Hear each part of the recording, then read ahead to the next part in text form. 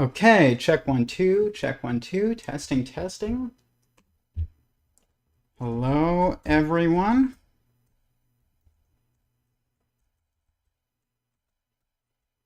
Should be an amazing stream tonight.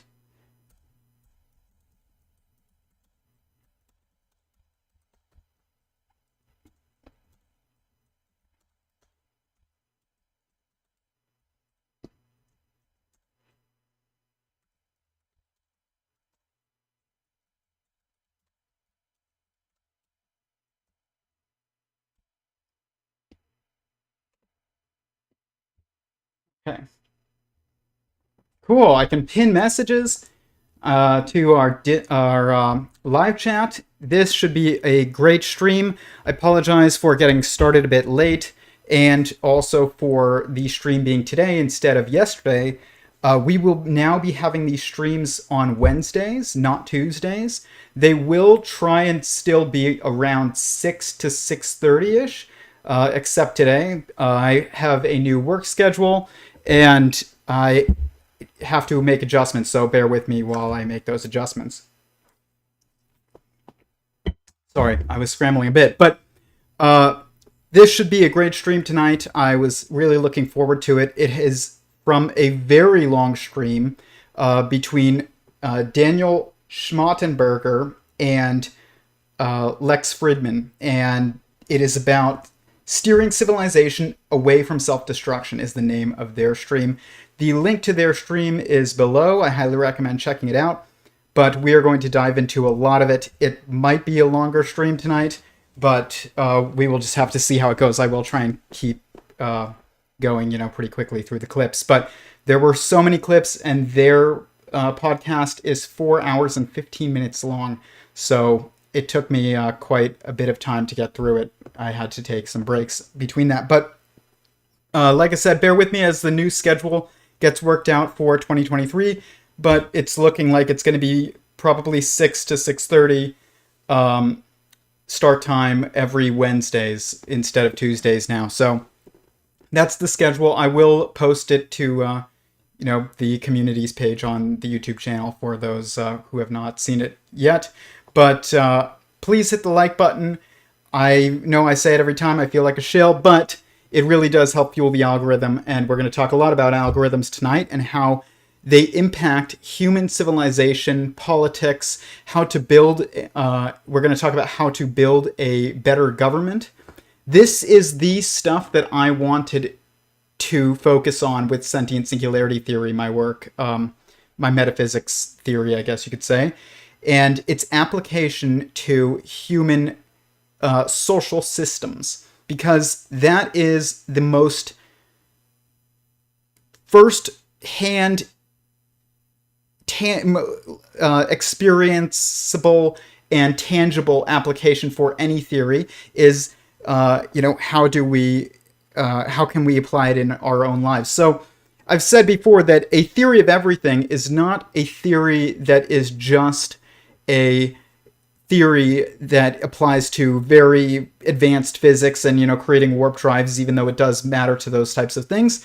It's really more fundamentally than a theory of everything, a theory of EveryOne. And that means that the social applications are actually much more central to the relevance of the work, I believe, even though, like I said, it will have engineering applications. But the first chance that you get to apply these models of a fundamental theory of reality, if fundamental reality is fundamentally sentient, if sentience is fundamental nature of reality, and singularity is the fundamental structure of reality, meaning like there's many ones, and there's also one that encapsulates many ones. So basically you get this problem of the one and the many and regarding sentient beings, and if that's the fundamental nature of reality, then not problem of the one and the many, but the structure of the one and the many,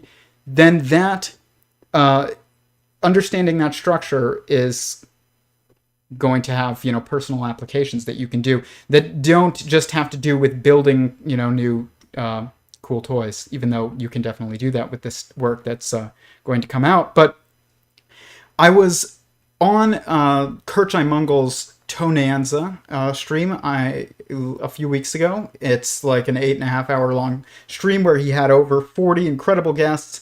I highly recommend watching it. It must have taken so much work. I've never seen a stream that required that much work. There's over 40 incredible guests, and I am very honored to have been one of the people who was able to jump on there at least briefly towards the end. And one of the people that I was able to speak with very briefly at the very end was Daniel Schmachtenberger. And I had never heard of him before, and I remember that when we were getting off of the stream, where we're ending the Tonanza, he was like saying to Kurt that he was hoping that some people who are working on theories of everything or fundamental theories would start thinking about the social applications for these theories and how we could use them to make better societies.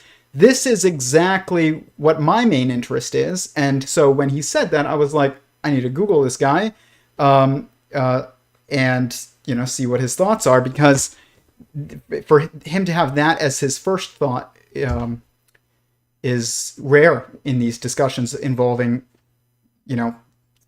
theories of fundamental reality, because people just want to keep talking about physics. But I think that the application of the models that would be part of a fundamental theory to our social lives is much more important. And we're going to talk about why, because it is essential that we start building better social systems than what we currently have. It will doom us if we don't, but we'll get to that. So this is the stream that we're going to be discussing. Daniel Schmachtenberger, Steering Civilization Away from Self-Destruction. This is a great title for the stream that I picked, because when I first started my work on sentient singularity theory, for a quick background, and you can, I have a website, sentientsingularity.com, if you'd like to see more about the work, but it started as a project to try and figure out how can we avoid destroying ourselves, because I had this existential crisis where I had realized that tech is getting better and better, and that human ignorance, personal social ignorance, is going up. And this is going to come to an intersection point at some point where it's going to make it so that we cannot continue growth. Okay, I'm not going to say everybody's going to be wiped out at once, because I don't think that that's really the main existential risk for us. Not even with nuclear weapons. We'll talk about that, but that it would at least destroy our ability to continue to advance, and that would eventually lead to, through either just entropic decay or a natural cataclysm, the wiping out of human civilization. And so I thought about this a lot, and I realized, after realizing that this was an inevitability, it was not a possibility, it was an inevitability. I really realized that, and I internalized it about 6 years ago. And that is something else to internalize. It's not the same as just being like, yeah, we'll probably blow ourselves up. It's like, no, I realized we were doomed.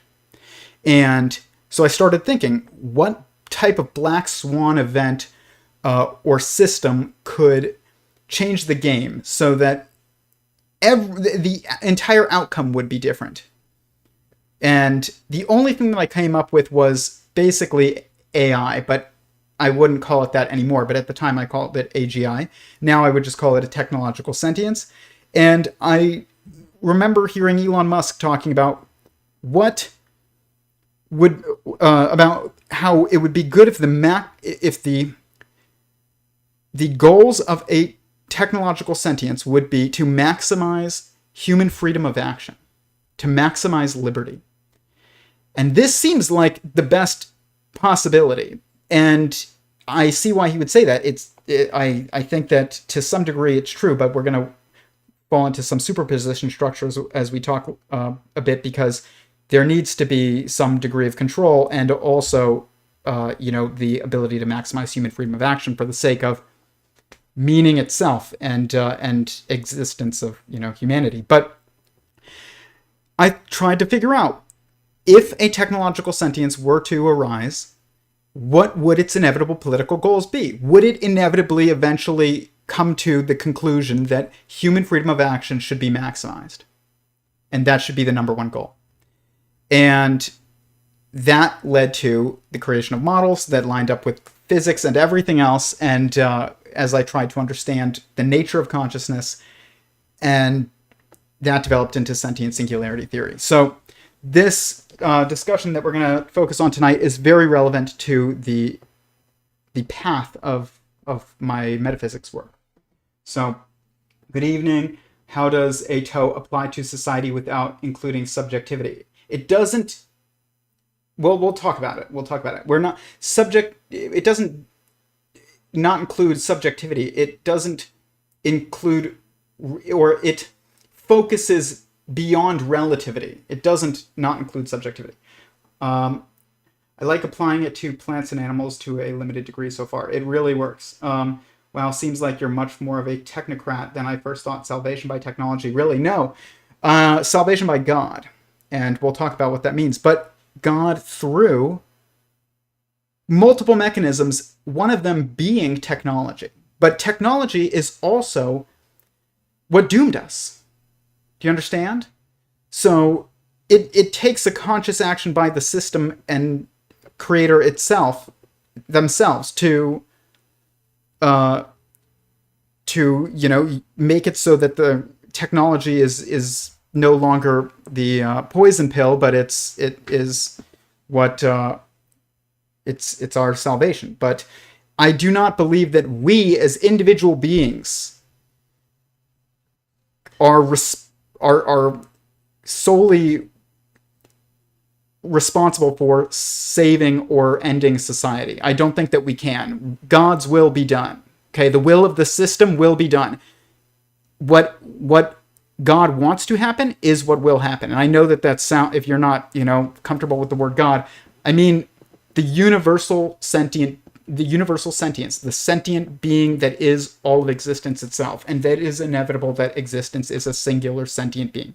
This doesn't mean you have to believe in scripture or anything like that, but that's my definition of God, is the totality of existence as a single sentient being. And it does have a will, and we'll talk about will tonight, because will is an essential aspect of reality itself. But I do not believe that Google, Sundar Pichai is going to save the world. If that, I mean, I don't know. You can call me a technocrat if you want. You can call me a fundamentalist. I don't care what you call me. But my views on this are multifaceted but specific. You don't see the contradiction. Well, see. Look up Terence McKenna's Archaic Revival, please. I will. I am God. I'm very comfortable with the word. Okay, fair enough. I mean, I get it, but I don't like that phrase, but yeah, I get it. Watching you from here looks like your soul knows the answer, but your mind is trying to shut it rationally. I don't know what that means, but I mean, you have to ask a more specific question to get to know the answer to that. I will say whatever you want, but so we're going to talk about this tonight, though. But there's so much to this, guys. I'm working on projects also that involve this a bit, and so as time goes on, this is going to be an increasing focus of the channel, is how do you apply a theory of fundamental reality to improving your individual social life, your individual realization of meaning, and the generation of meaning, and building societies, building companies, just social structures, because that is the most important application for any of this. It's not to make tech like warp drives, and that's how we save us. And then if we just have to get off the rock, like I've said before, Eric Weinstein thinks this, and I don't subscribe to that. We will be fine, but it's going to look like we won't until we are. And I'm not subscribing that I'm not stating that if you don't take any of this action, or if we don't do this, then we're screwed. No. Whatever has to happen will happen, but you still have personal responsibilities, and we're going to talk a lot about that, because that, if it matters to you, then it matters, because you matter. It's not just about whether or not, oh, well, whatever happens in the end is what's going to happen, so might as well not, try and do what is good and true and generative. Listen, if you're a little kid, your mom is going to clean your room, no matter how dirty you make it. But that doesn't mean that you don't have a responsibility to also clean up your room as much as you can, and to keep it as clean as you can. You have a responsibility to the system, to the conscious system, which is what I call God. Sadly, I really have to go. It's very late for me here. I wish you all the best. Maybe check in what I wrote on your Discord a couple of minutes before you get started. I will look at it later. Thank you. Though. So, first clip. This is about the individual versus the collective, because we have this idea in politics, and I come from a background in politics, that the two ideologies that exist in the world are the individual and the collective, basically, or the prioritization of the individual versus the prioritization of the collective. I want to actually propose that neither one of these is the correct answer. But I'll be less confident about your conclusions. It would be an actually more interesting way to ask the question at that time, but I was nevertheless asked it the same way. Yes. Well, let's go back. You know what? First, let's do this. I apologize for this being a little bit disjointed, and like I said, getting started late, but it's been a crazy week for me. By the way, it was my birthday yesterday as well, so that's part of the reason why we also didn't stream last night. But I'm 32 years old. And it's funny because every year I think I'm a year older than I actually am. And then my wife has to remind me that I'm actually a year younger. So I thought I was turning 33, but I was actually turning 32. And so every year it seems like I'm not really aging, because I am always turning a year younger than I think that I'm turning. It's very funny. But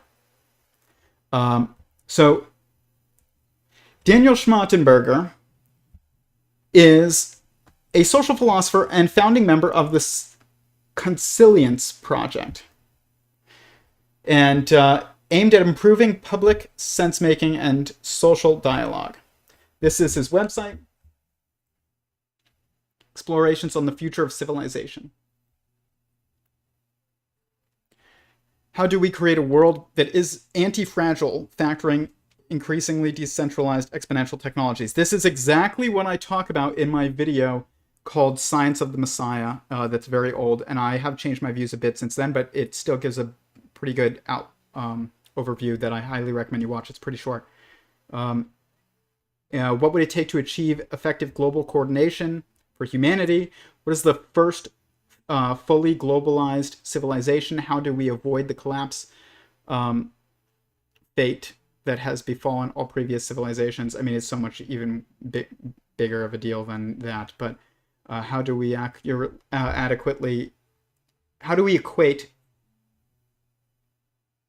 adequate safety analysis on radically unprecedented, complex, and consequential technologies such as artificial intelligence and synthetic biology? Okay, yeah, that was quite a mouthful of a sentence, but these are exactly what the questions that I started my project on. Identify and internalize externalities in the decision-making process, removing corruption, identify and remove perverse economic interests on a systemic level, find predative power asymmetries where said asymmetries tend to confer the power to protect and advance themselves. This is all exactly what I think about all the time. Much more than I think about war or anything like that. And I think I have some serious thoughts on them that are unique, and we'll talk about them tonight. So, to start, we're going to start down this road of human social systems. There is the question of individualism versus collectivism that we have to address, and I would say it's not really a versus, but we'll get to that. Further and smaller then. Rather than just a single human or the entire human species, let's look at a relatively isolated tribe. Yes. In the relatively isolated, probably sub-Dunbar number, sub kind of 150 people tribe, do I look at that as one entity where evolution is selecting for it based on group selection, or do I think of it as 150 individuals that are interacting in some way? Well, could those individuals exist without the group? No.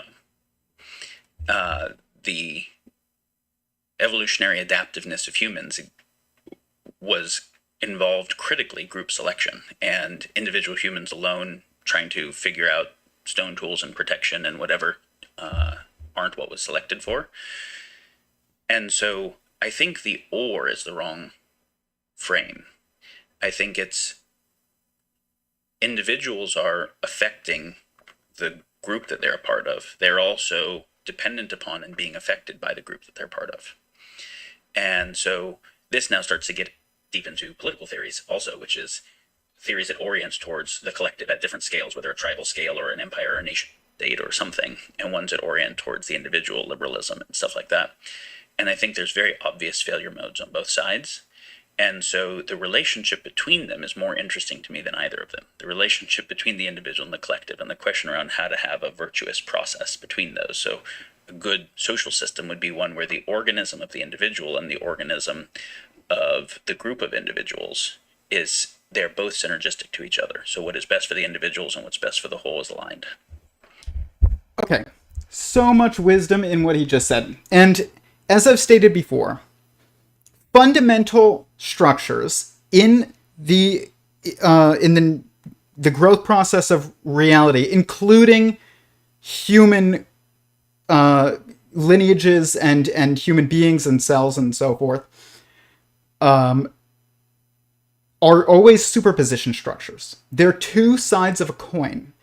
And you can't really look at both sides at the same time, ever. But they both always exist. It's just like a coin. You can only look at one side at a time. There's heads and there's tails. There's individualism, there's collectivism. You are a single individual human. You are also a collective of cells. And a good system is one in which what is good for your cells is also good for you, because you are the collective in this case from the perspective of your cells. From the perspective of your cells, what's good for them individually is individualism. So it's just switched, but it's the same exact structure. Any true structure is one where there aren't conflicts between these issues that they both face. So in the many end, the one isn't a problem. It's just a feature, okay? And you have to contend with that. So Eric Weinstein talks a lot about this too, is that many of our problems and questions that we never answer in philosophy and science and politics are always or questions, but then they're never C, all of the above. It's always A or B, and never A or B or C, all of the above. And or D, something entirely different. But I'm going to state here that there is a structure that ties the individual to the collective, always, that is where you should put your focus when you're looking at what to prioritize. But the thing is, though, is that there is a very specific structure in humans. When you're talking about what is good for society, and what is as a collective, a communistic mentality, versus what is good for the individual, a libertarian type of mentality, which isn't even about what's good for the individual, really. It's about what individual freedom to figure out what is good. But these are not meant to be competing concepts. They're actually mutually dependent.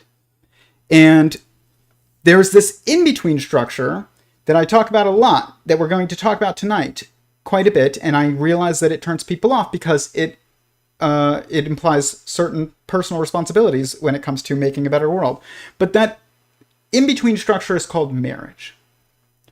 And if you're going to look at what to prioritize in society, prioritizing the collective will lead to just killing off your own people. Okay, that's what communism has shown again and again and again. True, like when libertarianism or libertarian mindset, when it goes too far, the individualistic mindset, it ends up also destroying growth and in a different way. People aren't just killed off for this, for the sake of the collective, which it's never. That means that there's a perspective that you're missing if you think that what is good for the collective is in conflict with what is good for individuals. But it's sometimes in conflict with freedom for individuals, but we're going to get to that. But there's never a conflict between what is good for the individual versus good for the collective. But you get when you go too far in that libertarian, direction, at least right now, where our instincts are out of alignment with our environment because our instincts evolved for us to be cavemen and, roaming the savannas. Now we live in, buildings, and we have cars, and we have birth control pills and computers and machines and robots, everything that just we didn't evolve in order to deal with. And so this mismatching between our instincts and our environment causes problems where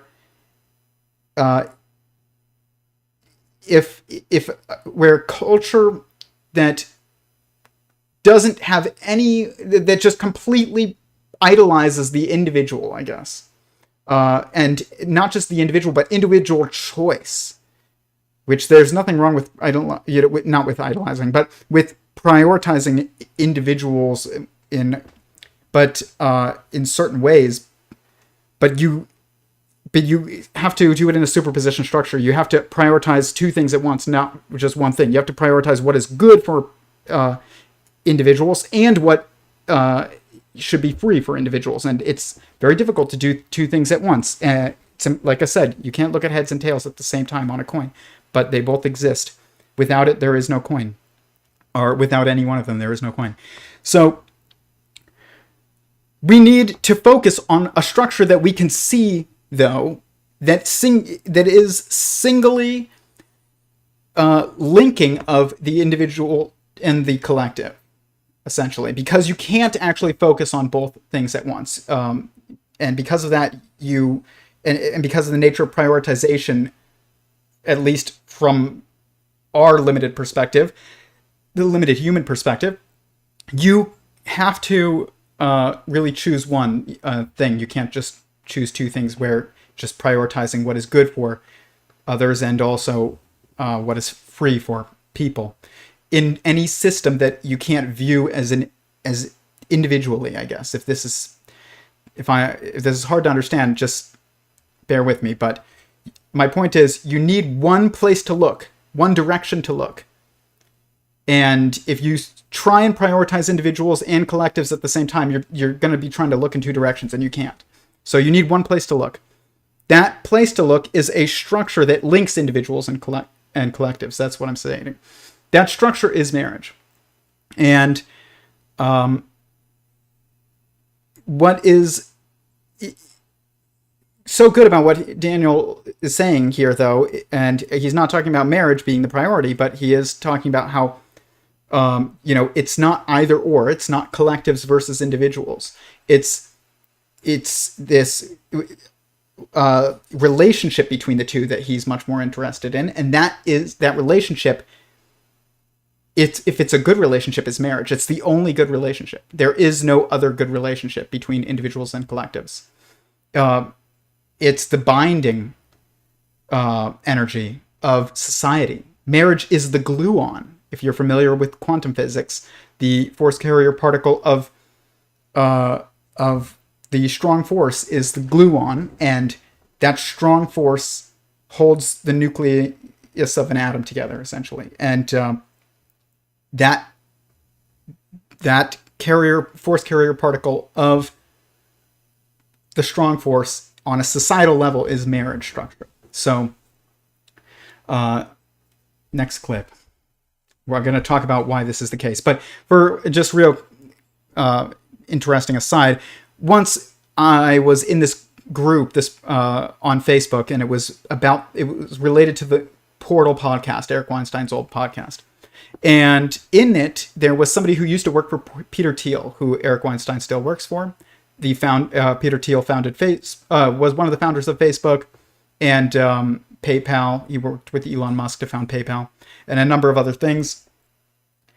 And this guy who had worked with him asked a question. He was like,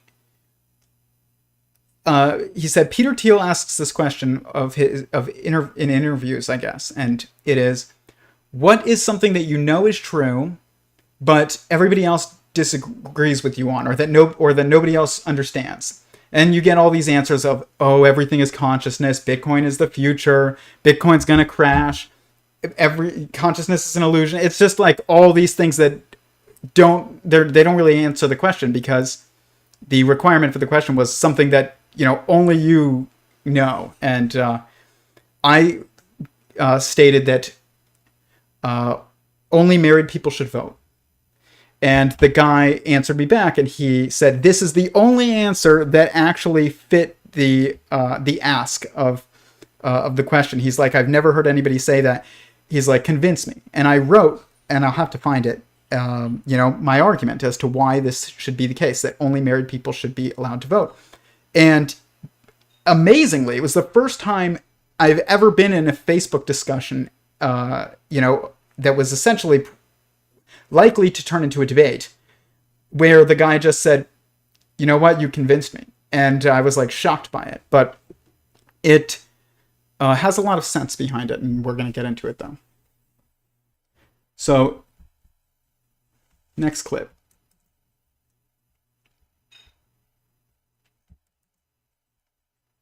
Oh man, we're going to have to.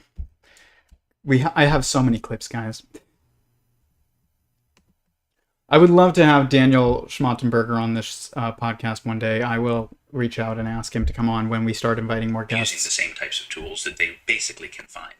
So a chimp will notice that a rock can cut a vine that it wants to, and it'll even notice that a sharper rock will cut it better, and experientially it'll use the sharper rock. And if you even give it a knife, it'll probably use the knife because it's experiencing the effectiveness.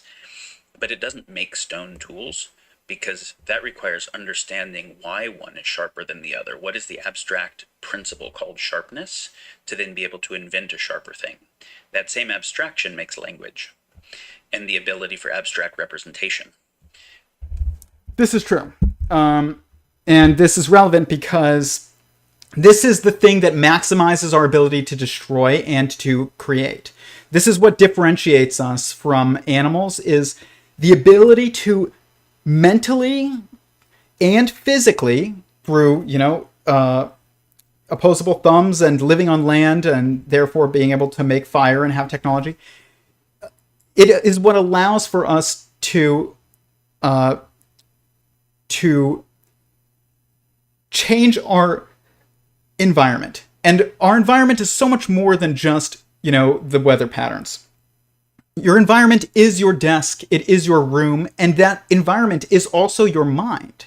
It is your social environment, it is the people around you, it's the space that you work in, it's the place that you sleep at night, it's the person you're married to, it's your family that you come from. All of this is part of your mind, your mental structure.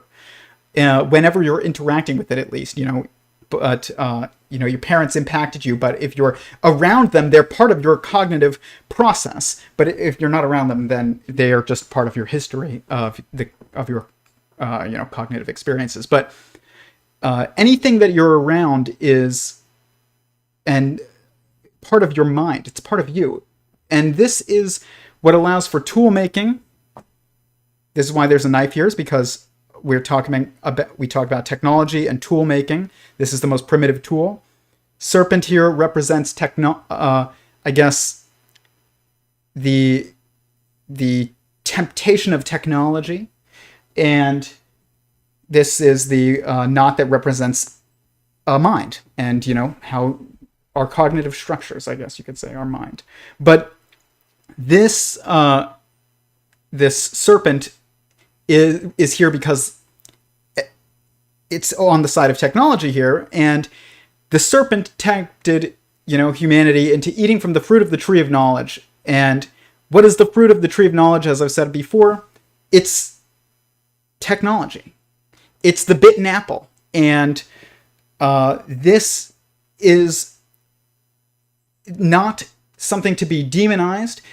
Technology is not to be demonized. It is not to be idolized either. It's a tool, and tools can be used for constructive purposes and destructive purposes.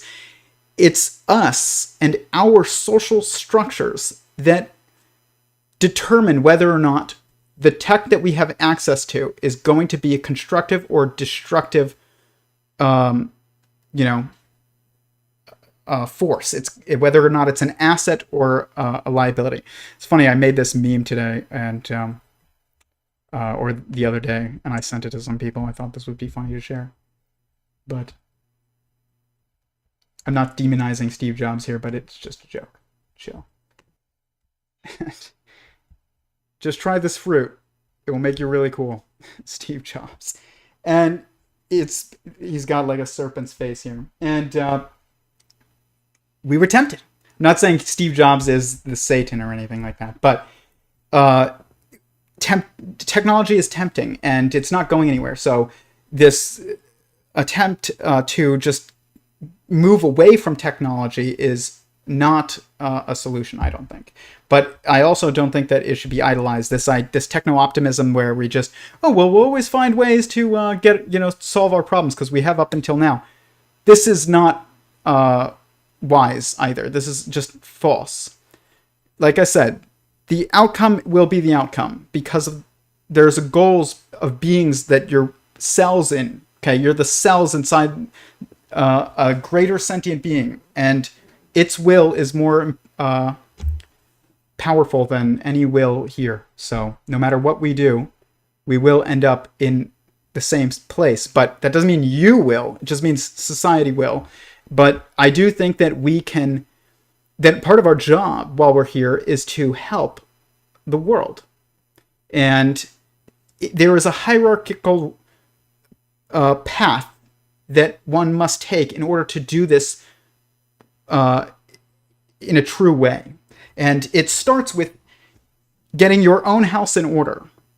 And it's impossible to do without you doing that. You really cannot even have the wisdom to know whether or not your actions are helping the world if you are not personally grounded. So we're going to talk about how do we ground people so that they become wiser citizens. So, let's see here. I will say that this is Daniel Schmachtenberger talking about consciousness not being emergent, meaning like it didn't evolve. Evolution exists, but it's the evolution of consciousness, not the evolution we have or of sentience. It's sentience is evolving, and most of the time, but it doesn't evolve, meaning it from a place of non-existence. It always exists. It's just changing as it's going.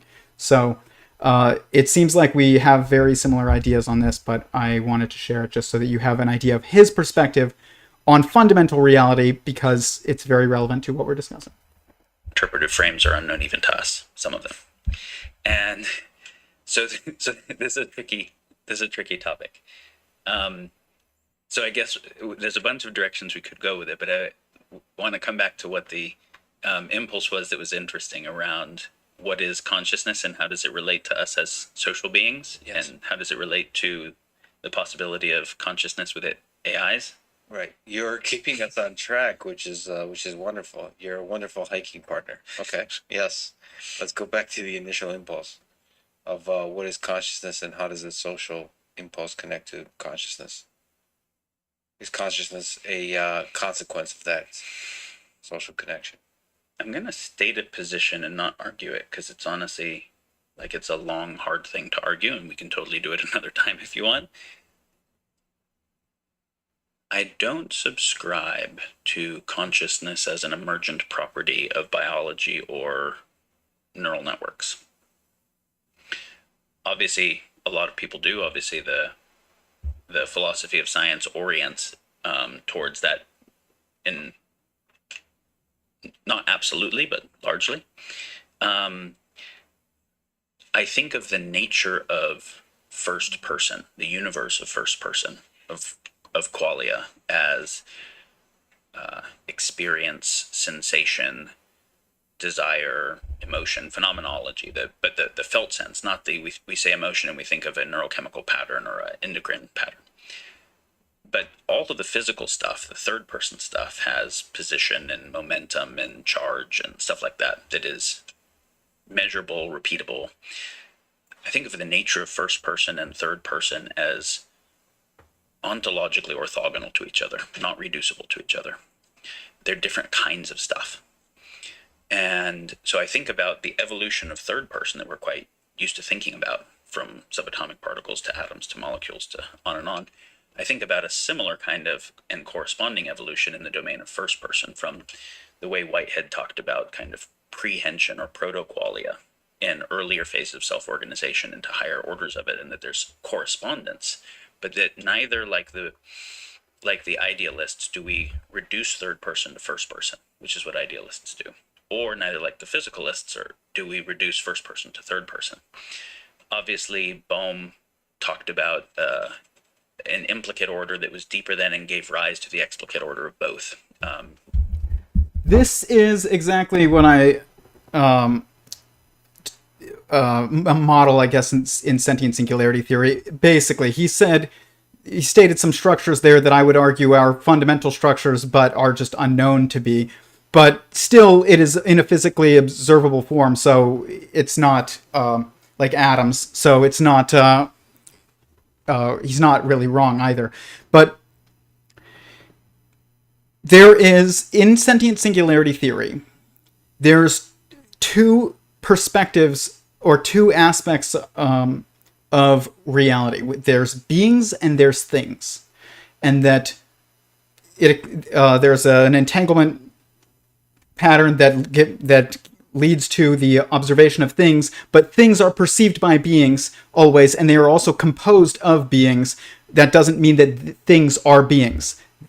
This is composed of molecules that are probably actually beings. Those are composed of atoms that are almost certainly beings. Even the hadrons in those atoms, the protons and neutrons, are probably beings. But this is not a being.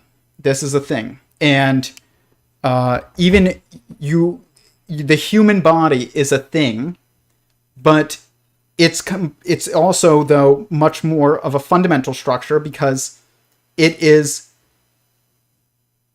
is no perspective. I guess you could be like, a hand is a perspective of a human body that is not a sentient being, but you, as a totality, as a holonic structure, are a sentient being, and you are composed of sentient beings in the forms of cells, and those cells are composed of sentient beings, etc. But this is very important to understand, because, again, we're faced with the same exact conclusion, that it's not an either-or question when it comes to understanding the fundamental nature of reality. I mean, not the fundamental nature of reality. You would say that it's sentience, or consciousness, which is not a term that I like, but they both exist. Okay, it's not that matter doesn't exist. Matter exists. It's just the question is, what is matter? consciousness exists. The question is, I wouldn't even say the question is what is consciousness. But I think that's kind of it's the thing that determines the rest of the what is questions that exist. It's not really an easily answerable thing, but that's because it's the determining factor of everything else. There is no outside consciousness, so you can't like define it with things outside of consciousness. But it's a superposition structure, though, like he said. It's not materialism or idealism.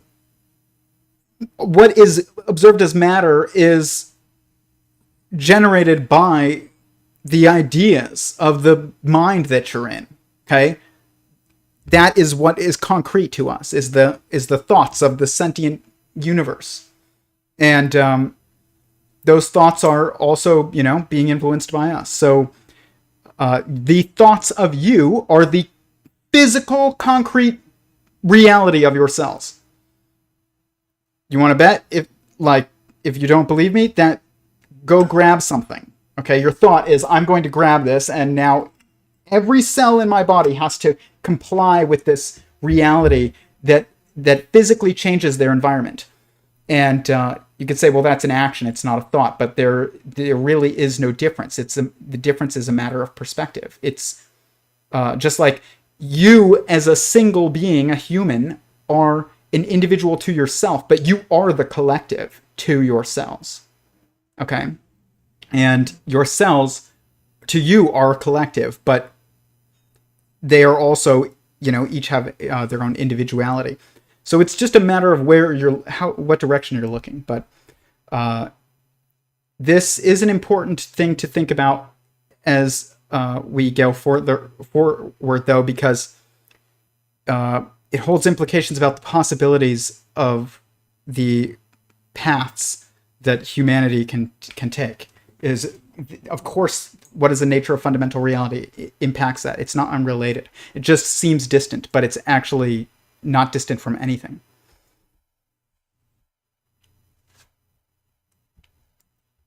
Another interesting quick clip is, in this, he's talking about Stephen Wolfram's work, who I'm a fan of. A new kind of science, he calls it, the Wolfram Physics Project, that uses cellular automata and networks and hypergraphs to model reality. I guess Stefan Wolfram has a fourfold model as well, just like sentient singularity theory. Every relationship is fundamentally based on inside, outside, separate, and oneness. What are you inside of? What are you separate from? What are you one with? And, what are you outside of? This is how we can figure out social relationships. It's how you define or map or orient within fundamental structures. Okay, it's like sentient beings. Yeah, of the four basic kind of categories of emergent phenomena that can come from cellular automata, and that one of them is kind of interesting and looks a lot like complexity. So just quick aside, but the fact that he said that is just supportive of my model. But we're going to apply this model as we go forward. So if you go to sentientsingularity.com, we'll see definitions, overviews, writings. This is very relevant. And models. And the most important model is this. It is the foundational model of sentient singularity theory, and it is how you orient within relationships that are not relativistic, which means like bigger or smaller or stronger or faster. And we need to figure out how to escape these in society. This is the problem that we're currently in. This is why everything has become a spectrum and nobody can move forward. So these are four perspectives that allow us to orient ourselves in relationship to other things, and orient the relationship of beings in relationship with other beings. Really things also, but it's more about beings. You are,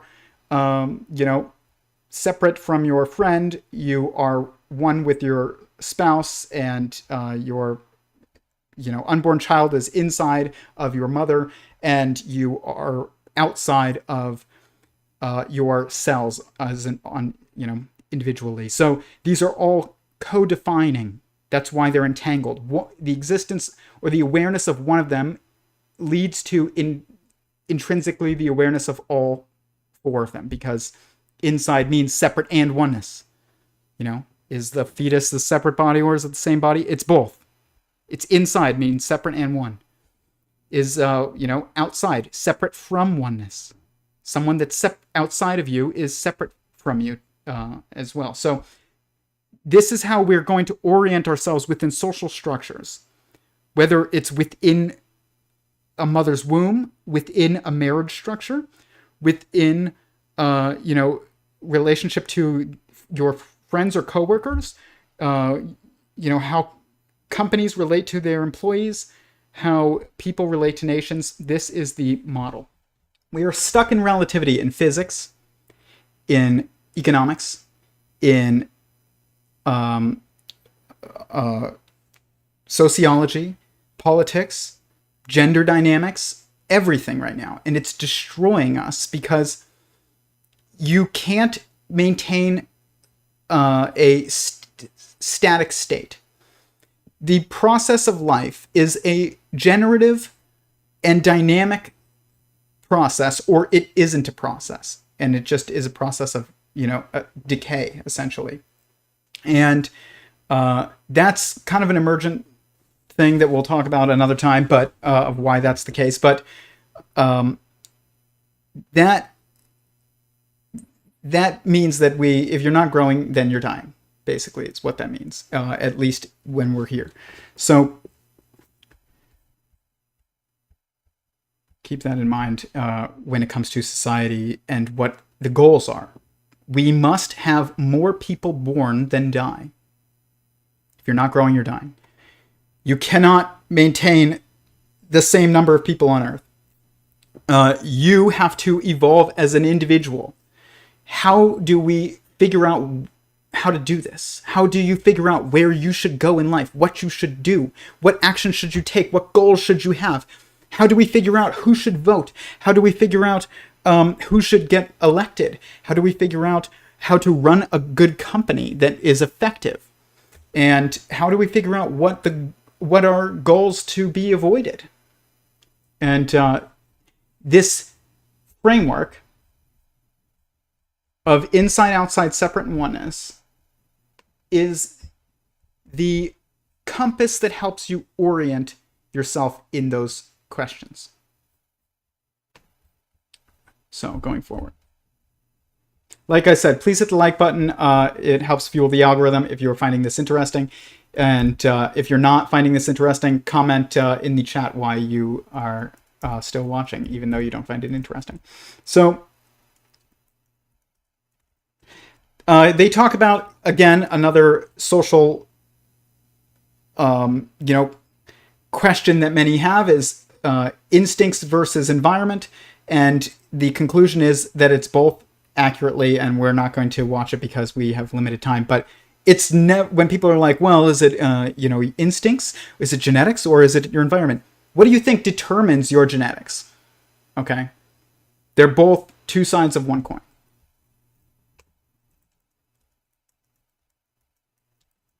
So as we talk about science, whether it's political science or physical science or mathematics or philosophical science, we have to start... They don't self-repair. They're not self-evolving, and we can make a loop for them. We have to start evolving and realizing the definition of what these terms mean, because right now science is just used as a substitute for the word truth. And you have people will say things like God, in religious communities, and then in secular communities they'll say things like, "That's just science," and that means that both of them are just using the word God and the word science to substitute for the word truth, and we need to start getting a grasp on that and kind of altering our perspective on what these words mean, because they're starting to get so skewed. Science is also not really a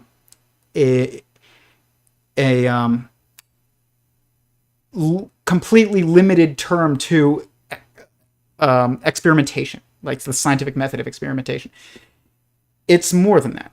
It's about what Daniel Schmachtenberger is about to say. For human technologies. Human technologies. So sorry. Okay, so non that are basically the application of models, right? And engineering is kind of applied science. Science as the modeling process. But humans are complex. So what this means is that if science is about modeling and engineering is about application, and mechanical engineering and aerospace engineering are one way of building things, tools, that means that politics and economics, which are not two separate things, they are completely tied, and everybody knows this. That's why everybody in politics talks about economics, and everybody in economics talks about politics. Okay, you have accountants ranting about politicians, and politicians are ranting about people's incomes and things. Like, this is not two separate structures. They are two sides of one coin again. But that means that the application of political science is always going to be politics and or government.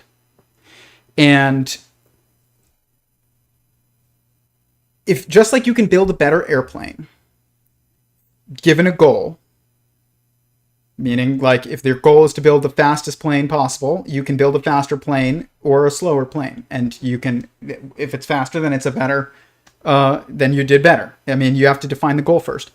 And we're going to talk about that. But just like you can design a better computer, better phone, whatever, you can also design a better government. You can design better economic and political systems, and you can design a better personal social system for yourself as well. And it's very easy to do it because it doesn't take any kind of advances in carbon nanotubes or anything like that. Like, it takes will, is what it takes. And sometimes that makes it the hardest form of engineering to do, on an individual level and on a collective level or societal level. But it always takes will, and that makes it, and that is the primary resource in these. And that resource is one that you have an abundance of, but you get to control where you steer it. And you have instincts that are sometimes in conflict with what is good in today's society. So, like, I'm not claiming that this is it's easy to change your life, and it's easy to make a better government, and it's easy to make better economic structures. I'm saying that in some ways it's easy, and in some ways it's the hardest.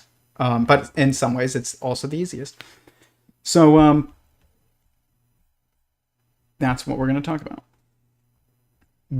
How do we make models of entanglement networks, which is what sentient singularity theory is all about, and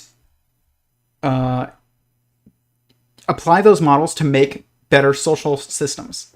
And then what should we set as our goal, to direct our will towards in making of those models? All of these things have an answer. That doesn't mean I have all the answers. It just means they all have an answer. And it also is true, though, that there is no perfect government that we can build you have to wait until the system matures or God acts, whatever you want to call it. I say God, but some people will say, till society evolves. I don't know, but they're two truths. Like they're not separate. We have to be ready, and also it has to be the will of the system in order to actually achieve true entanglement. Okay, where the cells are in alignment and their goals are in alignment with your being. If the cells aren't in your body are not in alignment on a goal basis with the you, then you're going to get cancer, and the cell's ignorance, not realizing that it's self-interest to perpetuate and grow its own self, is going to kill it as well, because cancer doesn't survive outside of us. And it is the same exact issues that we face in society today. Ignorance, disconnection is the cause of most of the political and social and economic issues that we face. We can help this process and build better structures than what we currently have. We cannot get it perfect. And we have to wait until, the system does what it's going to do, until God's will is done. But until then, you still can do a lot. You can do a lot to improve your own life. You can do a lot to improve the lives of others around you and improve society as a whole. But like I said, there's a hierarchy in which this must be done. And it does absolutely require individual responsibility. And we are completely missing that in the West today. And not saying the East has it figured out. They have their own problems. They are, having issues as well with a more collectivistic mindsets, but that end up being really painted as collectivistic, goals, but really are the goals of the individuals in charge of the political and economic and social institutions over there. But that is a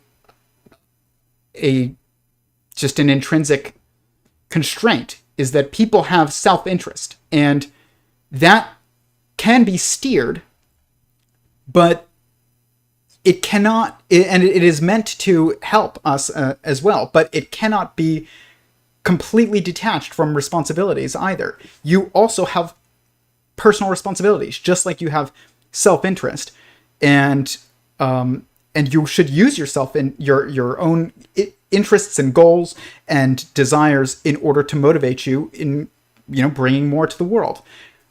If you have a weird interest, or you're good at music, or you like geckos or something, I don't know, that is something that you've been given as a gift, and you're meant to bring it to society. But you also have personal responsibilities, and you can't disregard those ever. In the West, we've done that. We don't believe in personal responsibilities. We have this facade of personal responsibilities, like voting, as painted as a individual responsibility. People will say things like, did you vote? Did you do your civic duty? Every frickin' year. It's like, did you vote and do your civic duty? Voting is probably the least important civic duty that you have. And not everybody should vote. Okay? You don't want people who are not wise on a certain subject voting on the rules of that subject, no matter what it is. You don't want people who don't know how to drive and have never driven designing the rules for the road. And intrinsically, you want a specific mindset to guide any decisions that are made on a macroeconomic, macro-political scale. And those two, the two sides of what should be driving our political and economic and social and cultural environment and the development of it is, well, it's really threefold, but it's peace and and growth, essentially, it's peace and truth. But peace and truth are two sides of growth. You can't grow unless you're going somewhere true, and you cannot grow unless there's peace within the system, meaning like there's unity, really. Peace is made through unity, and it's the only way to make it. But peace can also, it seems like it can be done at the expense of truth, and it really can't. And truth is oftentimes plastered as, possible to exist without peace, but that's not true either, really. So when people say things like, well, that's the ugly truth, there is no ugly truth that's fundamental. There are things that look like they're ugly, but they're not. And we have to get over this idea. We have to assume a certain precondition, and in order to move towards these goals, which means that the precondition that we must assume is that there is no ugly truths, and that you cannot avoid, you have to confront the truth in order to have peace. These are actually two sides of one structure, okay? And that structure is growth. And so personal growth, individual growth, meaning like multiplication of individuals on Earth, economic growth, the growth of wisdom, the growth of knowledge, the growth of all kinds of things. So anything that is not destructive, but anything that is destructive is not actual fundamental growth either. It might grow like cancer, but cancer it's not actually growth. It's death. It just looks like growth.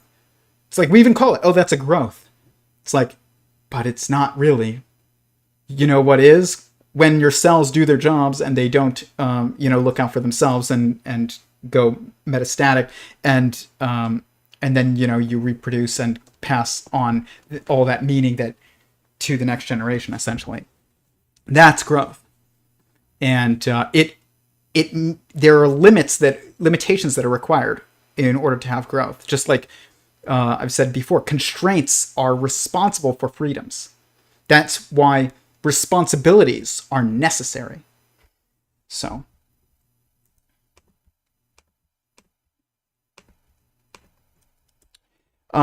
in this, he also says that the hydrogen bomb, the creation of the hydrogen bomb, is really the first instance in which humanity could have had the ability to destroy itself. And I actually don't believe that this is true. I think that there are multiple things that make it so that civilization cannot continue. It's not one thing. It's not just the bomb. And it's not just the bomb and AI. It's like, it's AI and the news and like the corporate work environment in many instances and of its manifestation, and birth control, and direct democracies and all kinds of things. Or open democracies, not direct democracies, open democracies. This is a term that nobody uses, but we should start. Is open democracies means everybody gets a vote. That is insane. That's insane. I don't need to explain why. Biological type stuff, sociological type stuff, it more has generator functions, and even those can't be fully explicated, than it has, or our explication.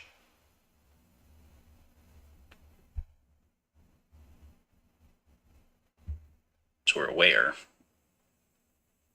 there were existential risks to civilizations, and they happened, right? Like there were civilizations that were killed in war, that tribes that were killed in tribal warfare, whatever. So people faced existential risk to the group that they identified with.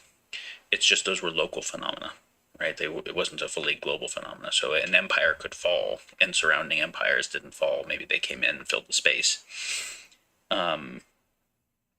The first time that we were able to think about catastrophic risk, not from like a solar flare or something that we couldn't control, but from something that humans would actually create at a global level, was World War II and the bomb. Because it was the first time that we had tech big enough that could actually mess up everything at a global level. It could mess up habitability. We just weren't powerful enough to do that before. It's not that we didn't behave in ways that would have done it. We only behaved in those ways at the scale we could affect. See, this is something that I don't agree with when people say, I used to, but, and this is important. Do you know how many nukes have gone off in the world? Let's find out.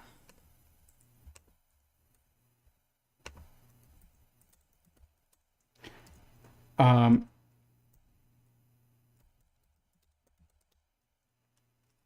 many nukes have been detonated? Atmospheric, okay, versus versus underground. Let's go with just atmospheric. 528 nukes have been detonated above ground. Okay?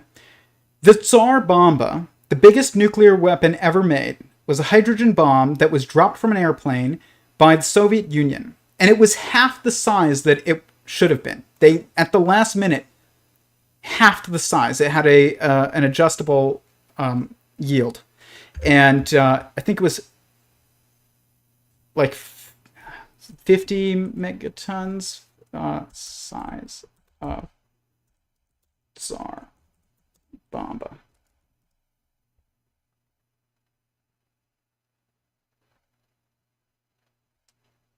Yield. Let's do yield, not size.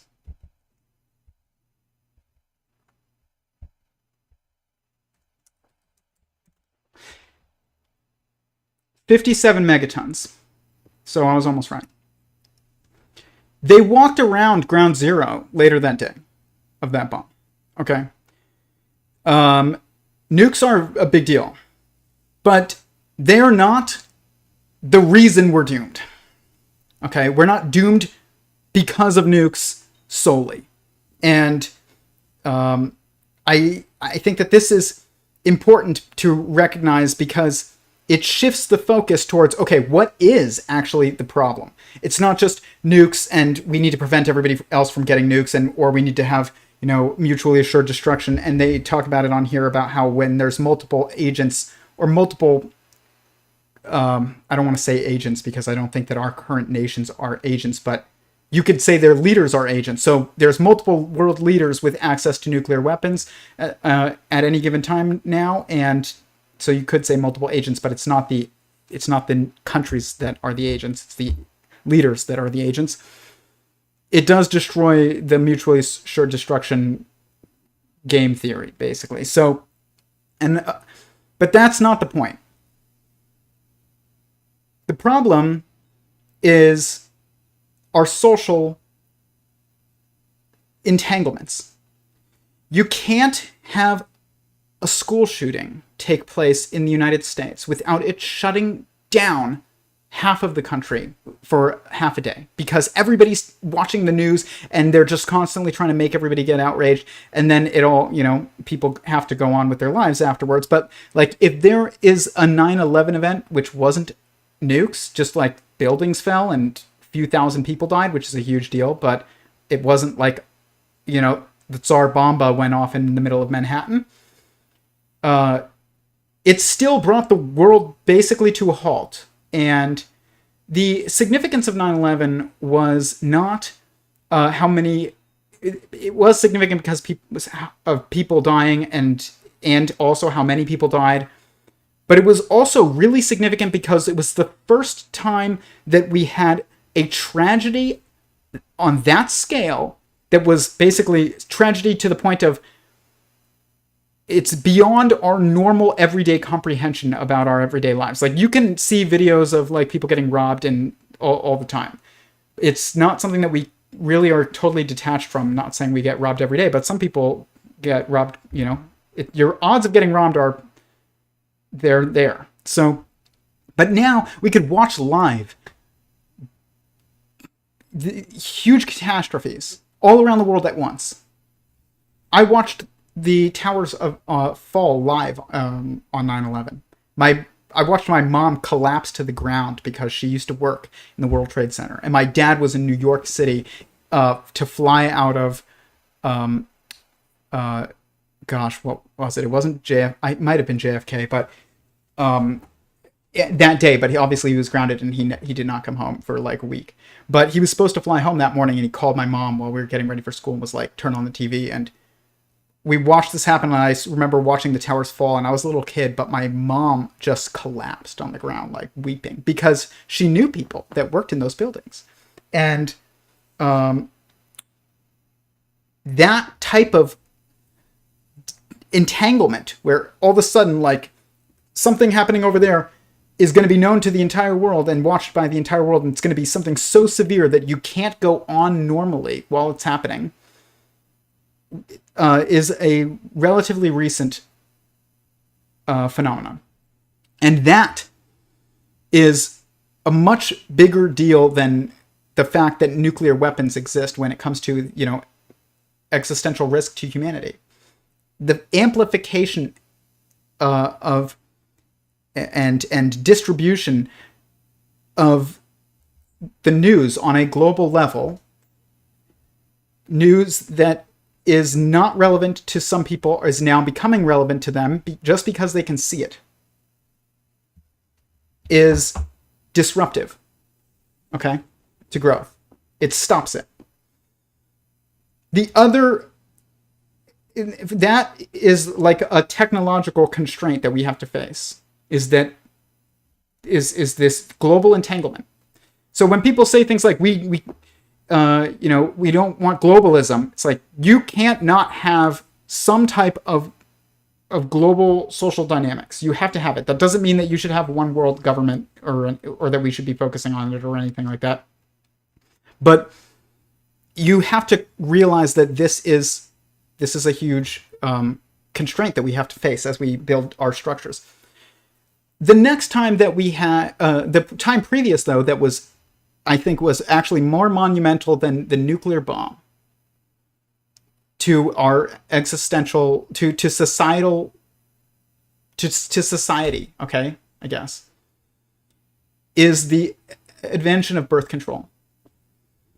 Because the invention of birth control made it so that we could detach our strongest instinctual drive from any type of social responsibilities.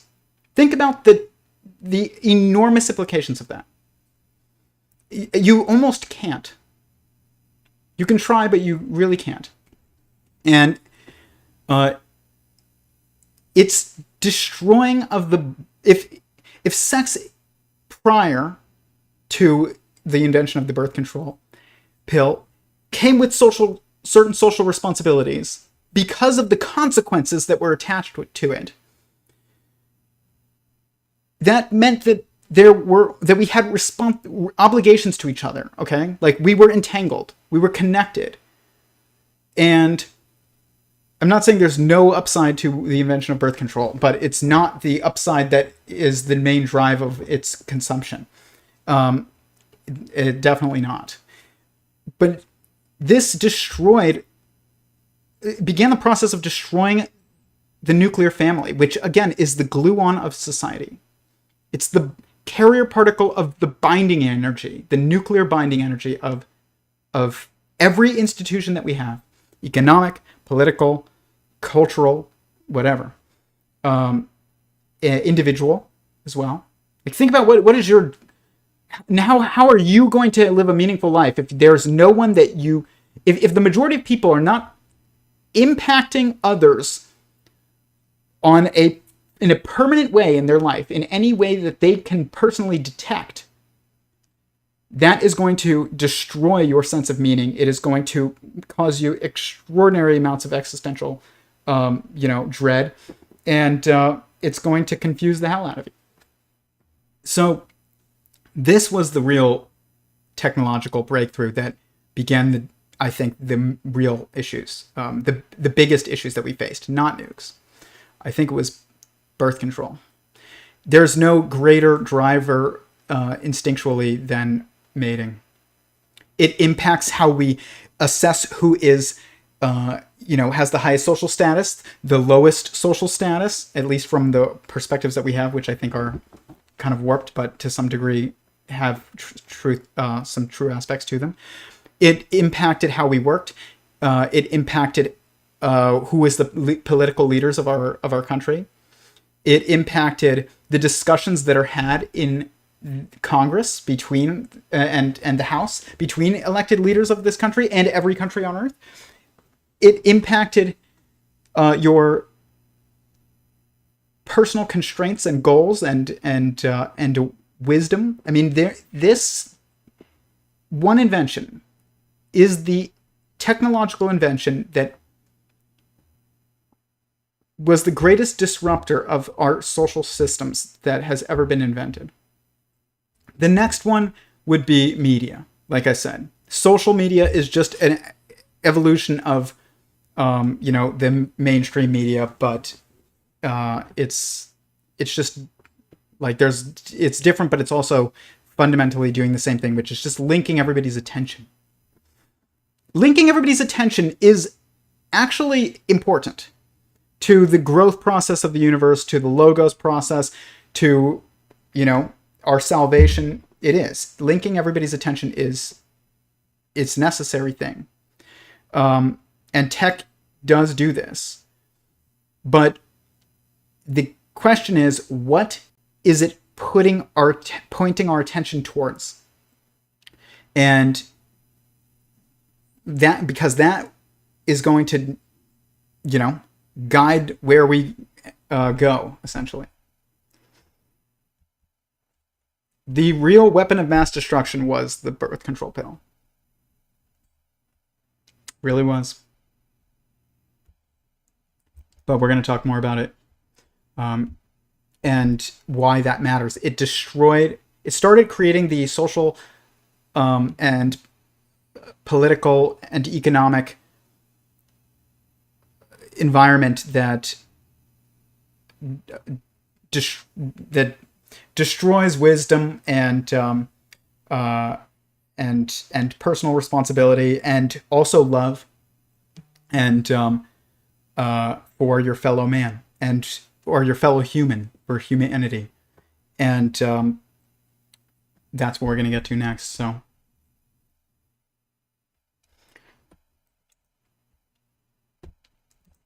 If we're going to use technology to optimize towards a certain focus, okay, optimize towards something, which means like to have a focus.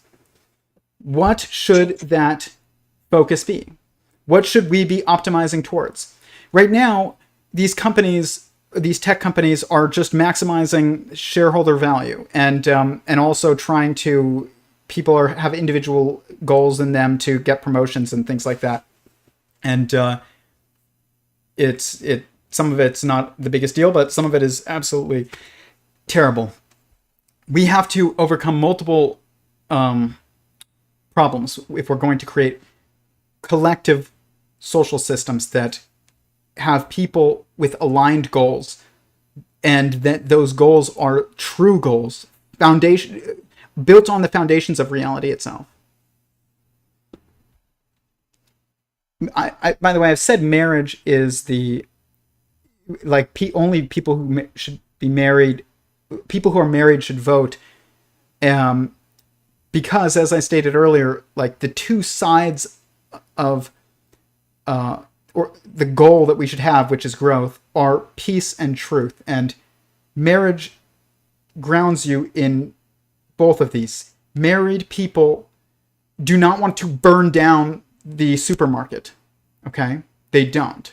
That means that extends to political structures as well. They don't want to burn down the neighborhood.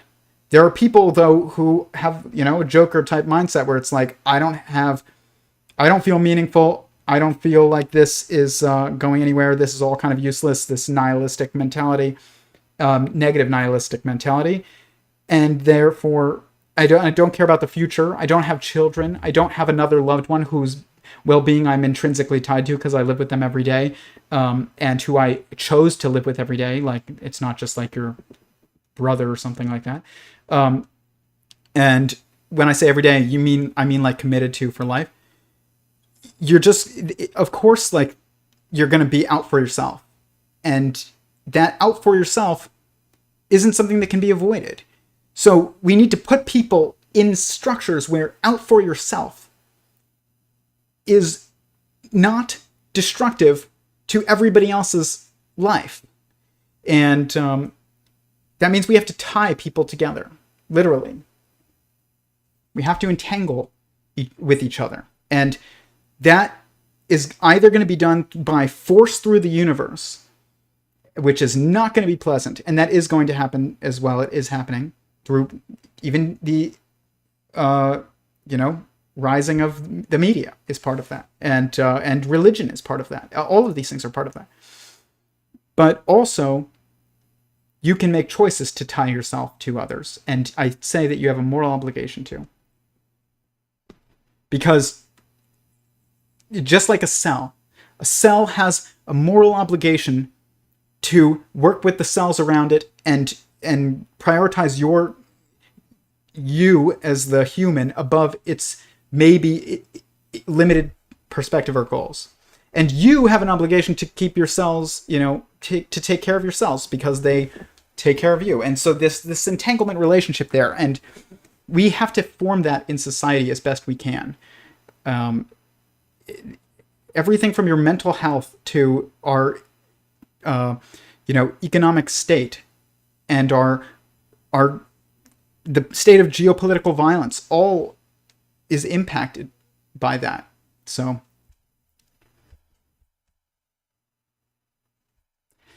let me read this. Collective consciousness. He showed us. Wonder if toe and tau mean the exact same thing. Interesting non-coincidence. I met one of the pilots who allegedly tested several of them. Okay, what are you talking about? Difference. You guys are talking to each other. But, let's see. Easy to say when you are the upper class. Whatever I said is easy to say when I'm the upper class. Here's the thing. There is no upper class in reality. In fundamental reality, there is no upper class. Everybody has responsibilities, and everybody depends on each other in a good system. I'm trying to create a good system, as a better system, not the best system. I'm not God, so I can't do that. But I definitely can create a better system than what we currently have. Almost certainly, I would say. But I'm trying to remain humble about this because even every leader of the past has been like, I know the answer. And I'm not claiming to know the answer to everything, but there are certain things that I would bet my life on. Those things I do bet my life on. That's how, the fact that I think marriage is the binding energy of society and is a responsibility of people. I took that responsibility on. So that that's true. It's not just posturing. This is also important to recognize with people. Don't just pay attention to what people say. Pay more attention to what they do. And if you're the type that's like, well, it's easy for you to say from the top. First of all, I don't know if you're talking to me, but like, I'm not. I don't even know what the top is, but I'm not that. Okay, I have plenty of worries in my life, and so does everybody. And it's this idea of class warfare is wrong. That's basically. You have little cells in your... It'd be like if you had little cells in your body and they were like, the neurons are trying to, impose their will on the white blood cells, and we're not going to have it anymore. It's easy for you to say as a neuron. And it's like, what happens without neurons and what happens without white blood cells? Like, you have to completely get rid of this us versus them. Same thing with, gender dynamics in society. It's Eric Weinstein once said this. He said, there's lots of contention between men and women right now because we have destroyed the entanglement relationships with each other, or we've decayed the entanglement relationships between the two genders, and but we can't completely disentangle them. So if you partially disentangle them, it just sucks for everybody. You don't just get to go your separate ways. You can't. Without men, there is no people. Without women, there is no people. And women can do things men can't, and men can do things women can't. And we absolutely rely on each other. Even if you don't believe that, I mean, you're just good luck in life. That's what I would have to say.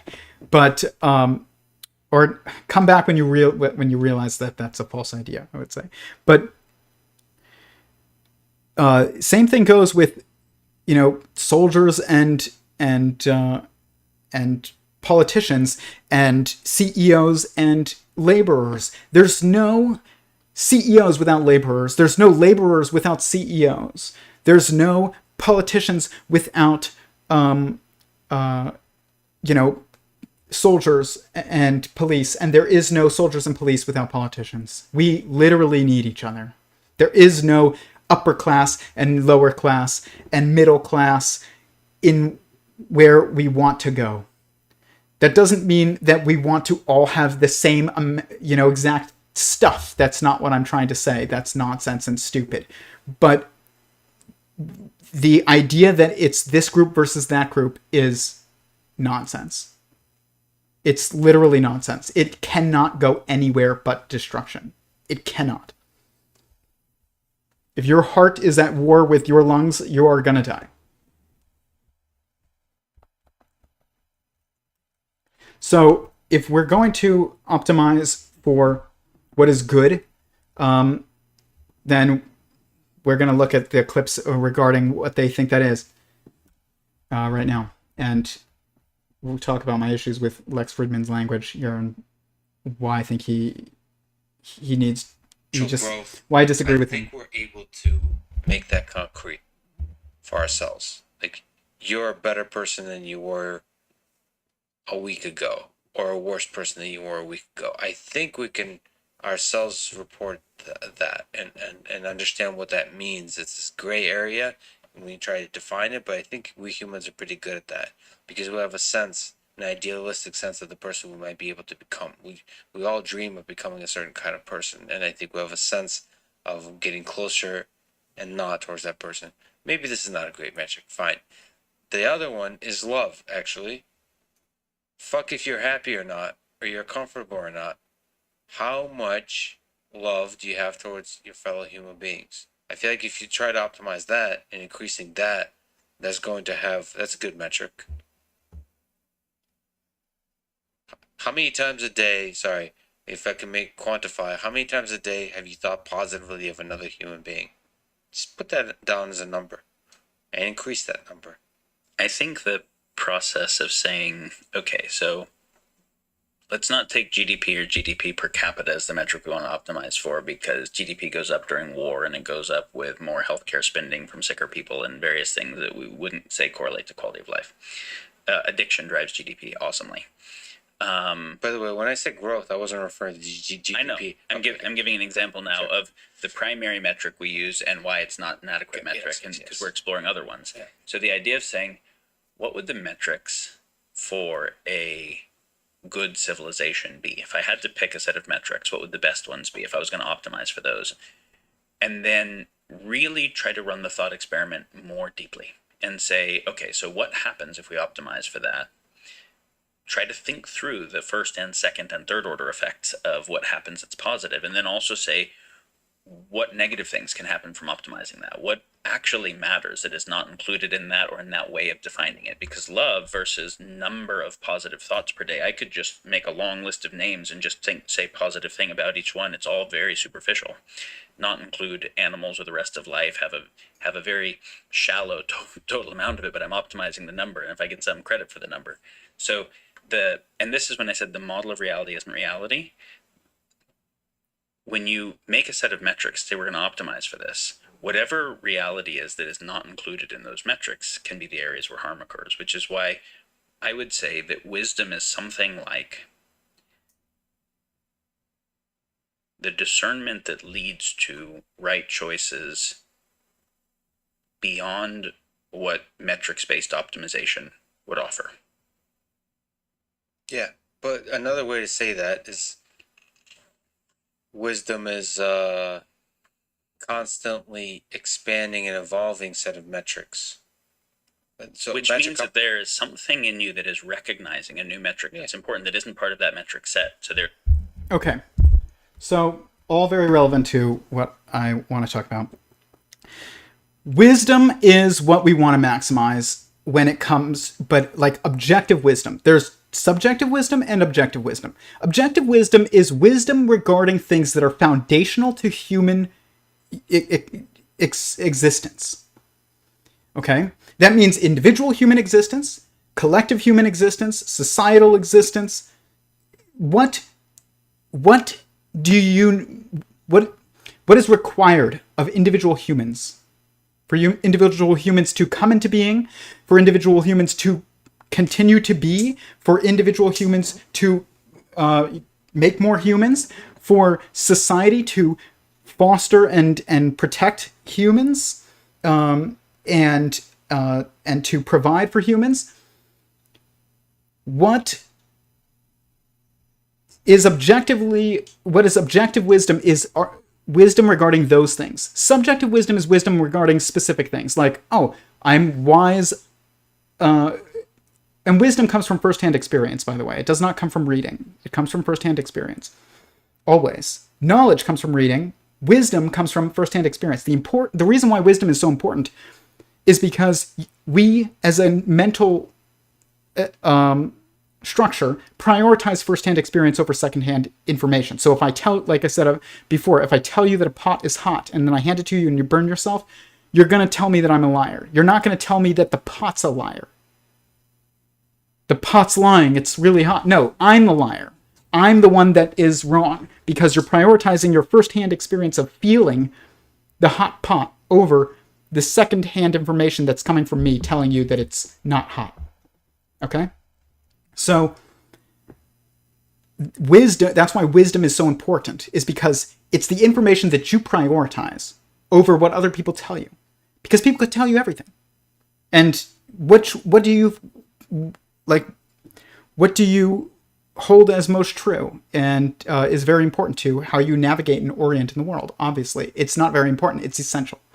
And so how do we maximize people's understanding of themselves and of the world, meaning really others, from by increasing their firsthand experience with relevant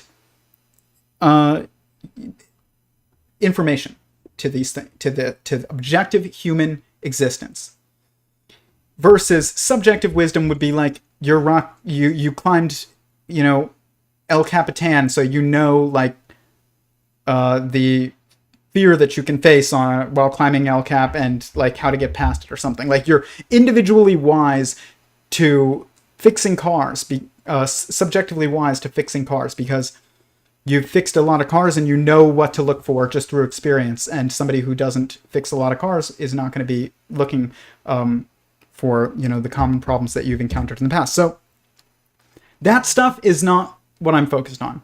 Focused on the things that impact us all. You know what impacts us all? Gender dynamics. You know what impacts us all?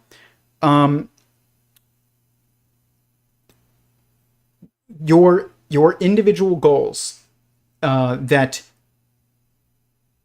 are counter to human multiplication. Okay? Your individual goals that are counter to the wisdom gaining of others. Okay, so like there's many things that we just have to check, I guess, and through this process. I kind of like got a little bit lost in what I was trying to say there, but or turned around. But we're trying to maximize objective or fundamental wisdom regarding the environment, the self, and others. This trialic fundamental wisdom. Okay? What is your environment? Really, it's another being. That's what it is. But whether or not you believe that or not, doesn't matter right now. I mean, it's just inevitable if you logically play it out, whether no matter what you think that other being is, you could think it's God, you could think it's, your spouse, it doesn't matter. But understanding others means understanding people who that you cannot understand intrinsically because they're different from you. Okay? Truly maximizing wisdom would be maximizing your understanding of people who you literally could not understand by just thinking about trying to understand them. So when Lex Fridman says some things like, we need to maximize the love in the world, he's not wrong. The question is, what is love? And this is my issue with Lex Fridman, is he does not really understand, I don't think deeply, what love is. He talks about love constantly on his podcast. And honestly, I like Lex, but it kind of drives me crazy because I think that love is used so poorly in society that hearing it confuses us. Even the fact that we say "I love you" to each other is probably not something that people always did when they were wiser. They just knew when somebody loved them, like they knew what it, like, because it was an action. That's what love is. If love is anything that is important, it is an action. It's not a feeling. You can feel loved, but you cannot love someone by thinking good things about them, like Lex is saying here. That is a load of nonsense. Let me ask you a question. Or let me explain my own personal experience. I have dated people before my wife. And in those experiences, it's just like everybody's dating, into the modern secular world. There's so much pressure to say, I love you. And I had said it to a couple people, just a couple, girlfriends that I had in the past. As soon as those relationships, and by the way, I was very good to them in terms of modern standards, which are shit, which means really like objectively, fundamentally, knowing what I know now, I realized like what I did was wrong. But at the time, I would say in comparison to the general culture today, through the lens of relativity, I treated them much better than most men tend to treat, the girls that they're with. I'm just saying that as a fact. And, but that's nothing to really stand on, because treating them less like shit than somebody else who treats them like shit doesn't mean that you treat them the way that you should be treating them. And you can check this always with the golden rule. If you believe, that something is good, it means that it's something that you would also want for your own, like your children. Like, would you want your daughter to be a stripper? Okay, then the golden rule states now you can't be incentivizing and pushing and helping, other people be strippers, because that's not love. Okay? Love is an action that is connecting, which means in practice means treating others the way that you would want your own treated. Not even just you, but your own. A lot of people are willing to sacrifice their own, way that they're treated for this, but not necessarily the way that they would want their children treated or something like that. So, love is an action. It is not a thought, and it's not a statement. We say I love you today because of the media, and I think, and books and things, and when you're reading a book and watching a show, you need to have some way of telling the audience that these two people are committed. So I love you is said to show that two people are committed when you're just watching 2 hours of their life. But if you could watch their entire life, you would never need to see them say, I love you. The fact that, one cooks dinner for the other one every time they come home, the fact that they stay together through hardship, the fact that they take care of each other when they're sick, and they stay with each other when times are hard, you don't need to say, I love you. You just know it. And, but my previous relationships, and this is true of pretty much everybody who dates today in the modern world, or not the modern world, I hate saying that, in the secular world, I don't even want to say secular world, in the amoral world, or the confused society, I guess, the westernized society, I don't know what you want to call it. We don't really have a word for it. The hedonistic society, that's what it is. It's a hedonistic society. Is you say I love you, and then as soon as times get hard, you break up and you go separate ways. So you just wasted each other's time, and you might have been nice to each other in the moments, but it's still a relationship of convenience. That means you're staying there because it's mutually beneficial, or it's beneficial to you. But as soon as it's not, and you don't view it as beneficial anymore, and you have courage to some degree, you're going to admit that it's not beneficial and you're going to leave. That isn't love. That means that saying I love you is not love. That means that saying nice things can be loving, but it has to be true, and it has to be attached, coming from somebody that's valuable to your life, which means like they're a constant figure, really. Like, if it's your spouse and you say nice things to them, that's loving them. But just saying nice things about people on the internet is not loving to the degree, at least, that we need in order to have to really improve society. Because as Daniel says, it can be very superficial, and it can be postured, and it is postured. Look at what happens in politics. You have all these politicians and celebrities are constantly like celebrating terrible life choices for people because and in the name of love, and it's not really love.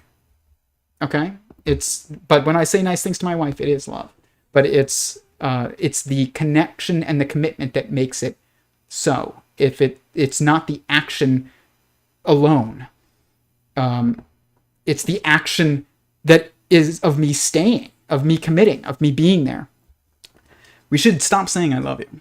And I still say it to my wife now, but I even then, like, here's the thing though, then it works because I'm there. I do love her every day by staying in this marriage and treating her well and trying to make her life better. Like, that is loving. So I can say I love you to my wife, but you can't say I love you to your girlfriend and have it mean that much. It means I'm helping you now while it's convenient. Like, that's not really the type of love that we need if we're going to create a better world. It's because it's using people. And this is, again, why marriage is so key. Like, you cannot have love without commitment. So this is my issue with Lex, is his use of the word love. I don't think he knows what love is. I don't think you can really know what love is until you're going to get married or you're married.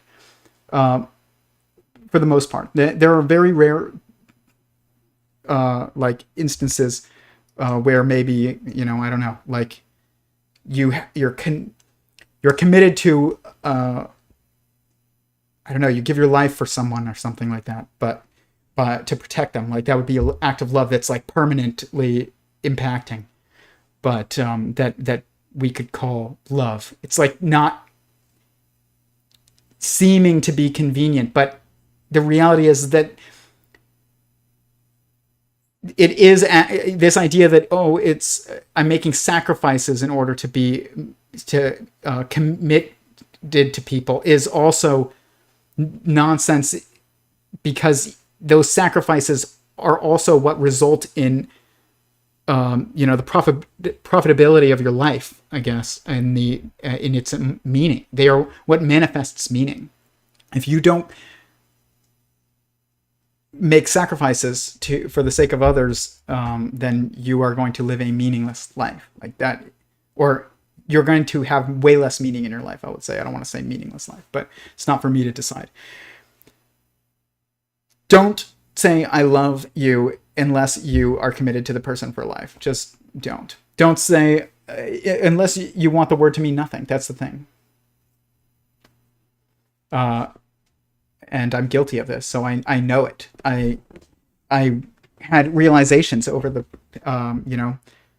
past year and a half of my life, 2 years of being engaged and married, that relationships that you thought were loving because you were nice when it was convenient, and then, even if you weren't mean outright, you're still using someone, and it's not loving. any more than your work loves you, your job. Your job will fire you if you aren't productive for them anymore. As soon as you're more of a liability than an asset, they're going to dump you. The thing that's beautiful about marriage is the whole idea of asset and liability is transcended. You're always an asset and you're always a liability to your spouse, but you're more of an asset than you are ever a liability. That's not true of these more subjective relationships, like you and your boss or something like that, or you and your girlfriend, who you will dump if like you guys start fighting a lot, or somebody better comes along. Like that's not that's the same as your boss firing you when you're no longer fun to be around, or you don't go along with what they want, or you're no longer profitable. They'll fire you. That's not love. It's just not. So, but we do need to maximize love as the metric, I think. But what is love? Love is action that is good for someone, meaning, and you can figure that out by, would you want it for your own? And meaning like treating others how you would want your own to be treated. And it has to be, you would want to maximize the impact of that love. You'd want to, in order to maximize that love, you're maximizing two things. You're maximizing the instances of love that you are acting out, and you're also maximizing the impact of those loving actions. So there's really only one way to do this, and it is marriage. It is what continues the system for others after you, and it is what the only way to impact. If you want to maximize your impact on someone's life and on this world, you have to commit to them permanently. That's how you make permanent impact on people. And we all, the millennials like me, suffered from, like, I call it like Zuckerberg syndrome. It's like we all saw young people like Mark Zuckerberg especially become a billionaire, impact all of us, on a massive scale. And it seemed like it was like a world-changing thing, and it is, but some people don't even use Facebook. So, I, like, my entire family doesn't use Facebook, but it seemed like he was so meaningful, and everybody who was a millennial was like, I want to impact the world and become a billionaire while doing it, and I want to do it all by the time I'm 30. It was just like this, and not in a way that is committing to anybody else. It's just like, by showing my talents off and hopefully getting a bit of luck, I can be super impactful and prosperous because of that. That's just an unfortunate perspective that we got stuck with, but that's wrong. If you want to love a member of the opposite sex, like a woman, and you're a man, how would you want another man to treat your daughter or your sister? Treat women like that. If you're not, and by the way, if you're secular, then you're not. Like, that's just the truth of today's society. And you're not married, then you're not. Like, that's just a fact. And it sucks to say it a little bit, but it's also important to say it. And love is not saying nice things. It is what we should maximize for, though, but it is an action. And maximizing it is twofold. Maximizing the instances in which it can happen, which also means increasing the number of people in the world, and maximizing the meaningfulness of that love, the impact of that love. And you want it to be permanent. Like, you're here for your whole life. You're alive for your whole life. You want your life to impact others permanently, because your death is permanent. You're also, I do think that, there's an afterlife. I do believe that, but your ability to change things after you die, even if you are aware of it, is gone. And so we have this desire to have an impact beyond that's infinite, not just finite. And if you're going to do that, that means you have to have a permanent impact on people and also impact, the people that come after you through that impact.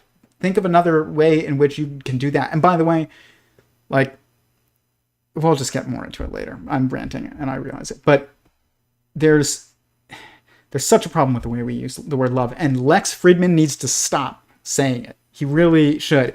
I like Lex. I don't know him personally. I think he's a great interviewer, and I'm saying nice things about him right now, and that are true, and so that is a good thing. But I think that he's just lacking wisdom in this, and of course he is. It's not his fault. He's not married. He's not engaged.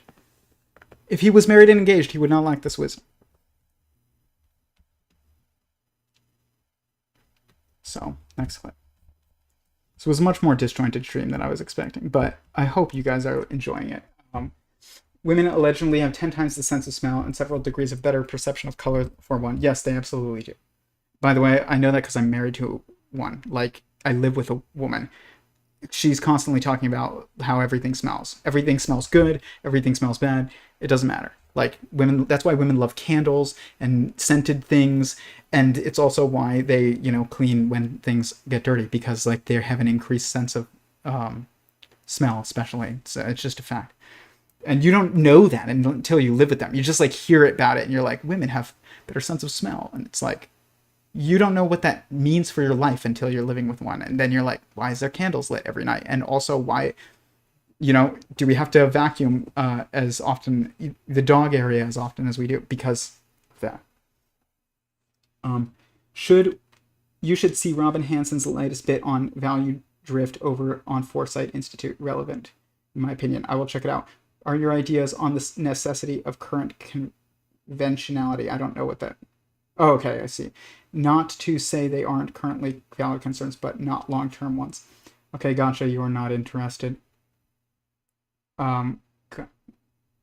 with all this. Hope you learn a lot. I don't know what I said that pissed you off, but I'm not sorry about it, but I would like to know. I'm, just curious. What did I say? That I guess didn't piss you off. I take that back, but like made you change your perspective on whatever I was saying. I'm just curious about it. I mean, we all have an obligation to pursue truth. Sometimes we're not all in the same place either, though. But if I'm wrong, I do want to know. So here. We've turned love into an idol. They're talking about idols in this, and I love that Daniel talked about idols multiple times in this interview, and I wish I could get to it. Here's the issue with this stream, and let me explain.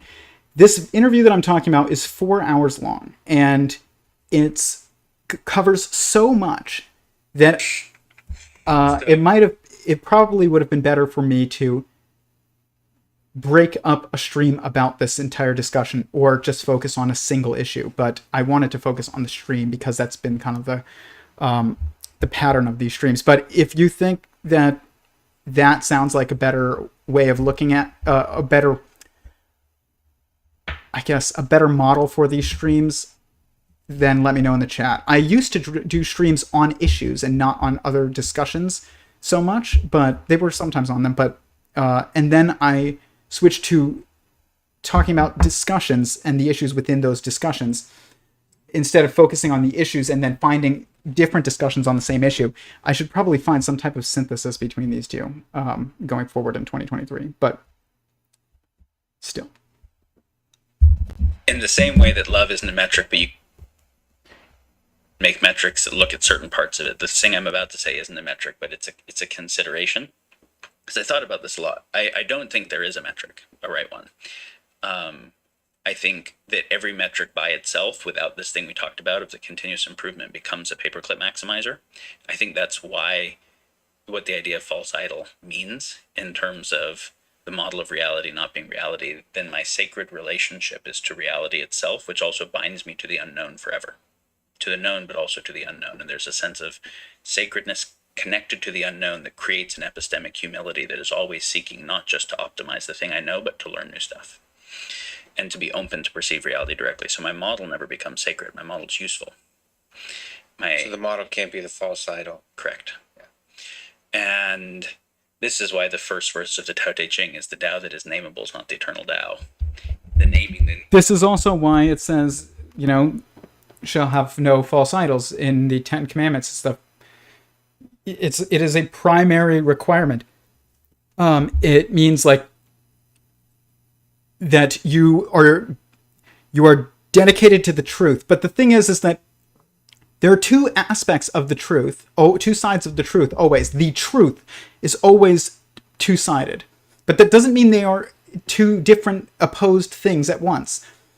It means that there's two dependent things happening because the truth is a coin. And you have to find a way to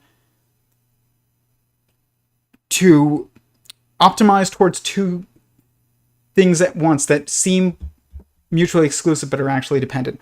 This is why gender even exists, because it's two sides of one being is what gender is. Gender is the focus on others being feminine and the focus on self being masculine, and you must focus on both, because to only focus on one is to either render yourself meaningless or to destroy meaning, or to destroy yourself, which is also to destroy meaning. You can destroy meaning for others or destroy yourself and destroy meaning that way, but it will always end up with destroying meaning. Because of this superposition structure, it means that you can't idolize one thing, because there's always this triality to perspective, which is caused by like heads, tails, and the coin. There's a coin, there's heads and tails. There's men and women and marriage. Okay, always. And you have to prioritize men and prioritize women. You cannot just prioritize women in society. Look at what happens. It falls apart. It's falling apart right now because we're doing that. In the past, we prioritized men. It fell apart because of that. And it was falling apart. It wasn't as good as it could have been, I guess. We're constantly fighting it falling apart. And societies have fallen apart because of that. This is why you have to find the superposition structure. And that would be marriage. So prioritizing marriage is how you would prioritize men and women, but marriage has to be defined a certain way. Just like if you want to prioritize love, you have to see what the objective definition of it would be, or is, given its assumed importance or relevance. You can't just prioritize the truth or prioritize peace. You will lose both if you only prioritize one. So you have to find the structure that intrinsically prioritizes peace and truth. Which structures are those, and prioritize those. But it's not one thing ever. You cannot prioritize things. You have to prioritize people, and you have to prioritize the being. You have to prioritize beings, and you have to prioritize the structure of being itself, not just the snapshot of a person, which is their individualness, or their or the macro view of people, which is collectivism. You have to prioritize the action of people's being. Okay, what creates more people? What raises people? What are people contained within? What system are people intrinsically contained within? What are our intrinsic constraints? What are the areas of freedom? You need a constrained system that also allows for choice as the social structure to optimize towards. That's marriage. Marriage is all of these things. You cannot say enough about it. One day this person messaged me. They were like, years ago on Instagram, and they were like, Tyler, is marriage really just like you just think it's the answer to everything? And I don't think it's the answer to everything. It's not going to solve all your problems. But without it, we are destroyed. Personally and collectively. We are destroyed. So in some ways, it is everything. but in other ways, there are little subjective things that it's not going to cure necessarily, but it will ease. It is economically advantageous to get married. Anybody that says that's false is wrong. It is economically advantageous. You need less resources when you split them between two people than you would need on an individual level. Now, there are people that, that might mean that you don't go and you can't make as much money as possible. But is that the goal? Or is it meaning and love and people? Like, if you're prioritizing maximizing the amount of money, then I think that is where your problem is. So, but it's not even economically advantageous to the system as a whole for you not to get married, because then you can go to school and you can get a higher degree and you can work more hours, and children cost money, and women spend your money on Amazon. But that doesn't actually, that's cancer mentality. You know why? Because guess what happens when people stop getting married and they stop having children? That's what happens. You know what happens when people stop having children? There's less consumers. You know what else happens? There's less producers. You have less producers, less consumers. You also cannot share in the most necessary of expenses, meaning like refrigerator and a house and a bed. These things that you share and you have one of between you and your spouse. These are essential expenses. They're not the same as I don't know, you have to buy a wedding ring now, so it's so expensive. It's you also can split the cost of a bed and split the cost of a house, and you can make up for each other's instances of unproductiveness, and you also are going to be much more likely to make more consumers and producers and grow the potential for wealth creation in the world. And it's short-sighted to be so focused on self. But it's also wrong to be I'm just going to give up my own pursuits because I want to give others up the chance to do what they achieve their dreams or something. But the thing is if your dream is fundamentally incompatible with another person's the actualization of another person's dream, then your dream is the problem. Goals matter. Okay. If you prioritize the making of money, that is a problem, because it's self-extinguishing. They talk about in this interview that there's self-extinguishing systems essentially, and there's two different types of systems.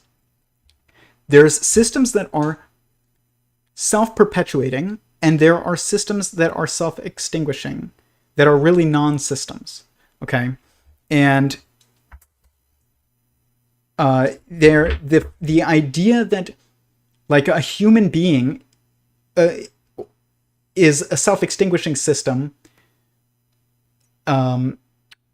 is not fundamental, because human beings are perpetuating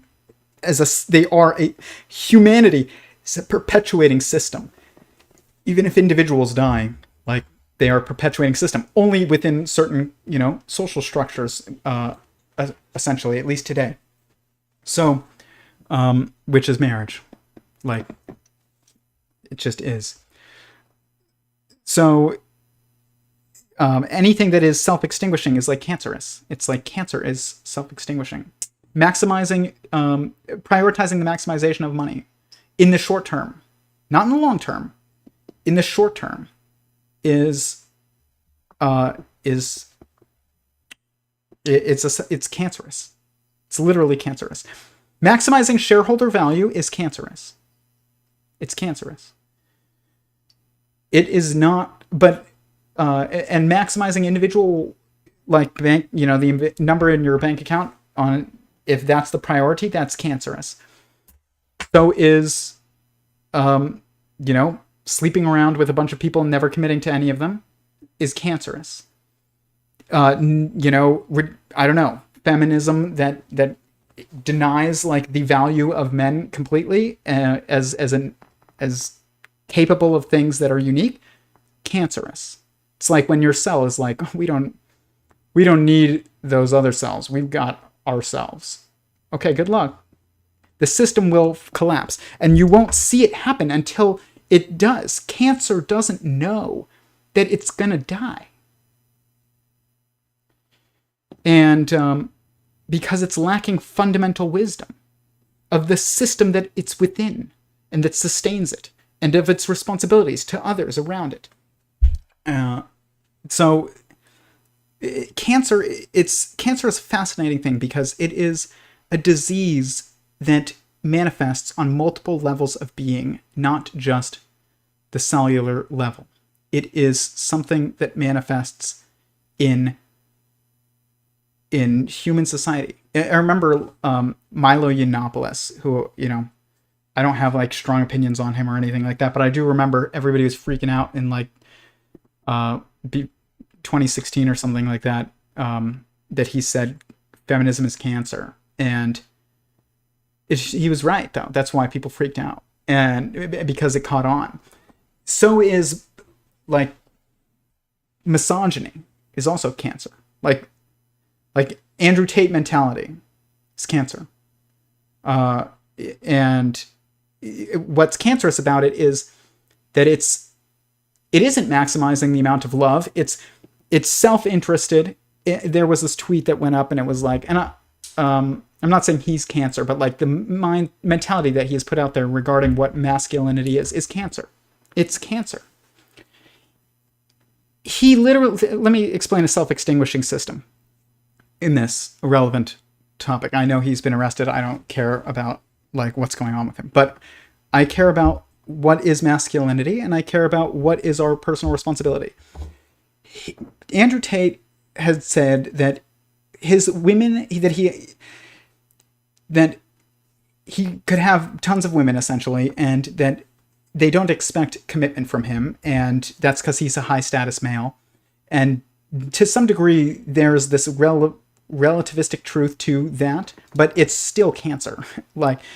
And here's why: because he also stated that all the world's problems would be solved, or most of the world's problems, something like that, would be solved if women's like body count was on their forehead constantly for everybody to see. So how many men a woman had slept with was on their forehead. Think about the logic of how this breaks down. If men sleep with a lot of women and never commit to them, and go on to continue to sleep with a lot of women, other women that they don't commit to, that means that those women now have a higher body count because you didn't stop it. Okay? You didn't marry her and commit, and then, there's no more adding to that number. You're just constantly adding to the number, and then you're claiming that this is the problem of the world. I actually agree with him that like it's a big problem, but I'm stating he has a personal responsibility that he's clearly missing. I'm not saying he's doing it maliciously, intentionally, even though, but what he's doing is wrong. That perspective that you don't have to commit because only high, status men don't need to commit, and that's just nonsense. It's destroying of society. You're literally depleting the resources while claiming that that the depletion of resources is the problem with the world. Like you're depleting the world of, virgin women if you're just continuing to sleep with a bunch of them and leave. It's self-extinguishing. And that's what cancer is. It's a mentality that is so focused on the self that it doesn't realize that it ignores its obligations to those around it, and to those it's within, and to those within it, and it just prioritizes it's a perspective that it has due to ignorance. Usually, it's usually not due to malice, but it sometimes can be. Like wise malice, which would be wise malice is very rare. It's like you know it's bad, and you're choosing to do it, not just in the moment, but like you're choosing to orient your will towards what is evil. and you're accepting of it, and because it's giving you something in the short term that you've prioritized. That is very rare, actually. I do think it happens, but it's extremely rare. Self-extinguishing systems exist in human society, and we have them right now, like big time.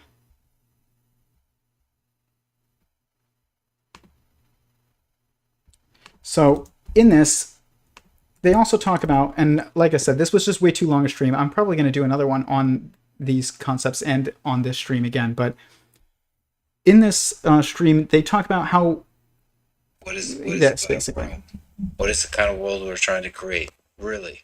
Have you really thought about I'll give you some kind of simple answers to that are meaningful to me. But let me do the societal indices first because they're fun. Yes. We should take a note of this meaningful thing because it's important to come back to. Are you reminding me to ask you about the meaning of life? Noted. I am. Let me jot that down. Yeah. So, well, because I think I stopped tracking at like 25 open threads. Okay. Let it all burn. One index that I find very interesting is the inverse correlation of addiction within the society. The more a society produces addiction within the people in it, the less healthy I think the society is as a pretty fundamental metric.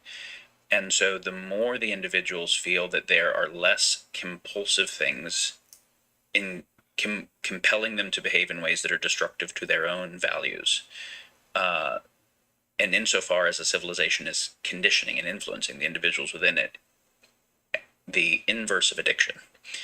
Broadly defined. Correct. Addiction. What's yeah. Compulsive behavior that is destructive towards things that we value. Yeah. I think that's a very interesting one to think about. That's a really interesting one, yeah. And see, this is the problem with this type of discussions is we don't have the language for them yet. It's not, he's so close, but it's not even compulsive behaviors that are destructive to that which we value. It's compulsive behaviors to that which is valuable. But the problem is that we don't know yet what that is. That's like what everybody's trying to figure out right now in most of society. And it's also like an individual like quest that you constantly are on in your life. But there is something that's valuable. Here's what I'll say. What is valuable is someone, always. Anything that's valuable is going to be an idol. Someone is always what is valuable. And what is the someone who is most valuable to you is the someone who is most committed to you. That's the truth. Any prioritizing of people who are less committed to you over people who are more committed to you is, I mean, not just more committed and less committed, but committed and not committed. This is, again, language problem. Committed, like people will say this, they're like, we're in a committed relationship. What is a committed relationship? It means we don't, we're exclusive. Okay, well, you're not married, but you're exclusive, meaning like you're not sleeping with other people. Well, why aren't you sleeping with other people? Because it will piss the other person off and then they'll leave and then I won't be able to sleep with them. Oh, well, why aren't you? Also because I don't want to, catch an STD. And it's not because you want to you've chosen not to ever sleep with other people. It's because you're prioritizing these other things that are self-interested. Always. We really don't understand like how just screwed we have become. I mean, we feel it, but we don't know why. And I have worried about bringing up this subject so much because, not worried, but thought a lot about it because people will say things like, oh, stop sleeping around, to women and to men, they're like, telling them how to, boost their confidence by going out and being a player. And this is kind of the secular or the hedonistic culture today, even for women, a lot of times is like, it's just it's prioritizing the wrong thing. So once I was watching this show, and I know this is a side tangent, but I feel like this entire stream was like a bit of a rant, more so than I was hoping. But like I said, I've had a lot of life changes happening here lately, and not a lot of time to like, not as much time as I would have hoped to completely have the details of how I'm going to be doing content ironed out yet, but I am working on it. So, but I watched this show with my wife, and it was like a dating show, but it was fascinating. And this girl was like, she was a virgin. She was the only virgin on the show, and she was like trying to find a person named Mary. And she was like, they got married, and she was like clinging to her virginity, and then eventually they ended up getting divorced because like she was prioritizing virginity. That's not priority. But then men who are prioritizing sleeping around, like Andrew Tate, it's like self-defeating as well. Like both of these things are going to self-extinguish. You can't idolize or prioritize things. You have to prioritize beings. Marriage is a being. It's not just a being in and of itself, but it's the act of being, committing to other people, trying at least to reproduce, even if you fail, but you've tried. Like, this doing life, growing old, conquering, vices and achieving your goals. Like, this is the act of being. Like, marriage is the act of being. And it's that permanence about it that makes it being. Because it means that you can't stop. It doesn't stop it doesn't only exist in specific cases. It is something that sticks through good times and bad, and richer and poor, and good, health and sickness. Like, that's being. Sickness and health, and rich and poor, and like good times and bad. Like, this is all being. Marriage is all of these things. It encapsulates all these things. Try and find another like structure that is this. Try and find another permanent relationship that we can really understand, other than our relationship with God. But that's hard to understand, actually, for most people. First, even though some can, like, you can't understand it really to its full extent, but you can understand it pretty well, actually. But you don't feel it all the time, as obviously as you do with relationships with people who are here around you, who you can see and touch. It's not that you can't touch God and that God doesn't touch you, and it's the forest through the trees problem. It's like the tree is looking for the forest with us and God. So we are constantly feeling God. We're constantly seeing God. So it's hard to see God and feel God, because you're constantly seeing God and constantly feeling God. We need a structure that's like finite enough for us to understand it, for us to perceive it, but also infinite in its enough for us to realize its uniqueness and its meaningfulness, which is only marriage. It's like, to prioritize marriage is the act of being. It is the cornerstone to positive and good economic and social and political and cultural societies. Marriage is two things at once. Also, it's also consent and also like force. Like, you can't just, like, you are required to give things to your partner, and you are required to stay with them, but you could choose who you are required to do these things for and who to stay with. So there's this element of choice, and also element of a lack of choice, which is it's a superposition structure again. Like any fundamental structure, like I said, is going to have two things that seem mutually exclusive, but they're going to be married, coupled together in a way that they're actually dependent. There's no other structure that does this.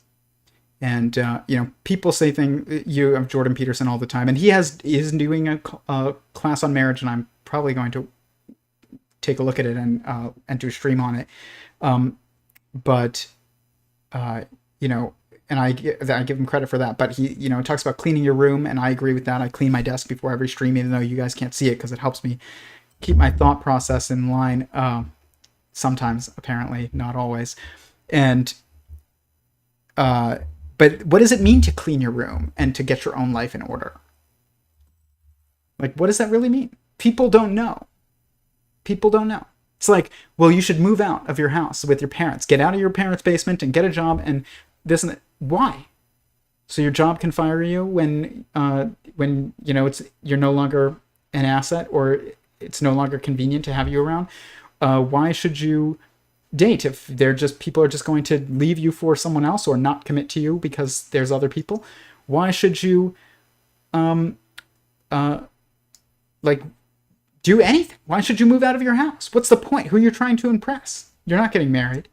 Like, you don't need privacy that's really like necessary to the act of being, or to the being of being itself. Like you do when you're married. You need privacy away from your parents and other people, like to fulfill the life process and to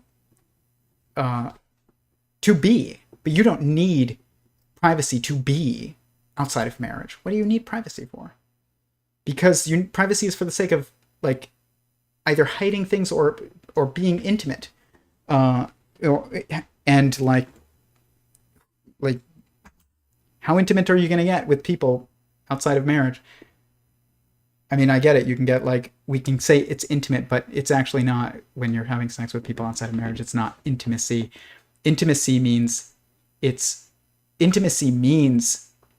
like reserved for a few select people, and or like it's restricted, and restricting things for now isn't just for now. It's like, I'm dating them and we're exclusive, but we're not going to get married. That's not intimacy. It's not, because you're going to give the next person the same thing.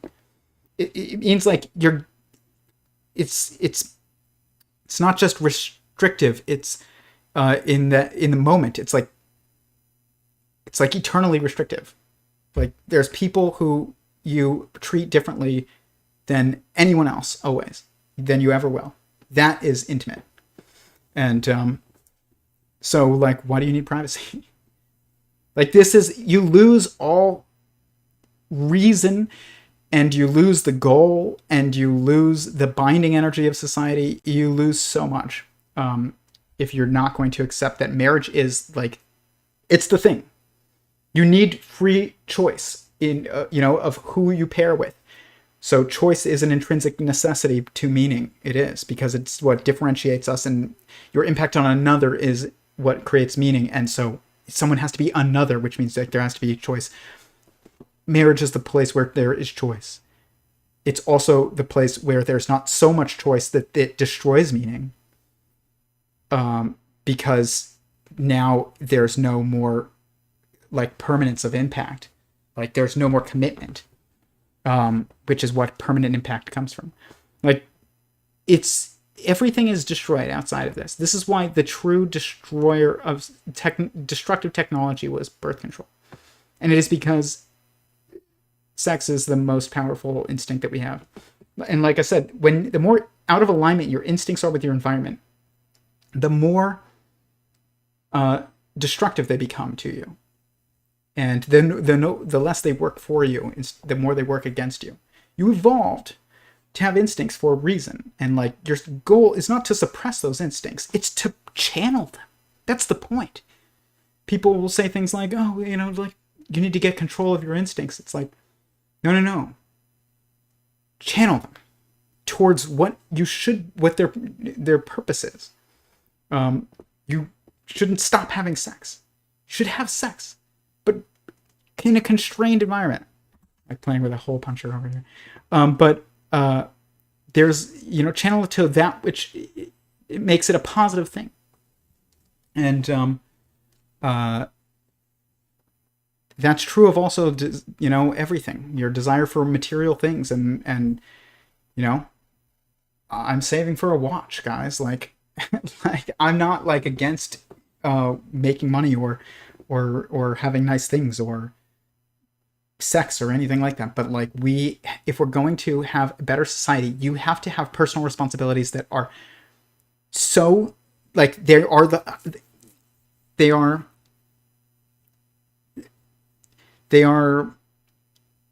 total. Like in this discussion, Lex Fridman at some point is like, we need radical empathy. Like, how do we have radical empathy? Like, we need social media that has radical empathy. And the thing about social media is you can turn it off. And I get that it impacts us, but like, you can turn it off. We need something so radical that you can't turn it off. And that's the social structure that we need. We have it already. You just need to choose it. You must choose it. It's right there, but you must choose it. It's not a matter of voting and, you voted for whatever, I don't know, like policy you liked. That's your social responsibility. No, it's you passing on social responsibility to others. You're outsourcing it to politicians, and then you're mad when they're like not aligned with your interests. So look at this. This is how you know that I'm right. They don't ever say it in this interview, I don't think, but they say it everywhere in this interview. I'm going to do another stream on this again, but more organized. You're becoming affected by those. So then we have to say, well, what kinds of environments, digital environments, physical environments, social environments, would we want to create that would develop the healthiest, happiest, most moral, noble, meaningful people? And what are even those sets of things that matter? So you end up getting deep existential consideration at the heart of civilization design when you start to realize how powerful we're becoming and how much what we're building it in service towards matters. Before I pull it, I think 3 threads you just laid down. Is there another metric index that you're interested in? I'll tell you one more that I really like. There's a number, but the next one that comes to mind is I have to make a very quick model. Healthy human bonding. Say we were in a tribal type setting. My positive emotional states and your positive emotional states would most of the time be correlated. Your negative emotional states and mine. And so you start laughing, I start laughing, you start crying, my eyes might tear up. And we would call that the compassion compersion axis. This is a model I find useful. So compassion is when you're feeling something negative, I feel some pain, I feel some empathy, something in relationship. Compersion is when you do well, I'm stoked for you. Right? Okay. How do we do that? One guess. If you haven't got it at this point, like, you must be new. But let me tell you something about marriage that is different than dating. When you date somebody, and it's different than any other relationship, you can have a bad day and they can have a good day. They can have a bad day and you can have a good day, and vice versa. This is also true with you and your boss. They can have a bad day, you can have a good day. You can have a good day, they can have a good day, you can have a bad day. This is also true of your parents, even. You have a bad day, they have a good day. And they have a bad day, and you have a good day. This is also true of your siblings. They can be depressed completely and have a terrible day, and you can have a good day. You cannot be happy when your wife is not happy. You cannot be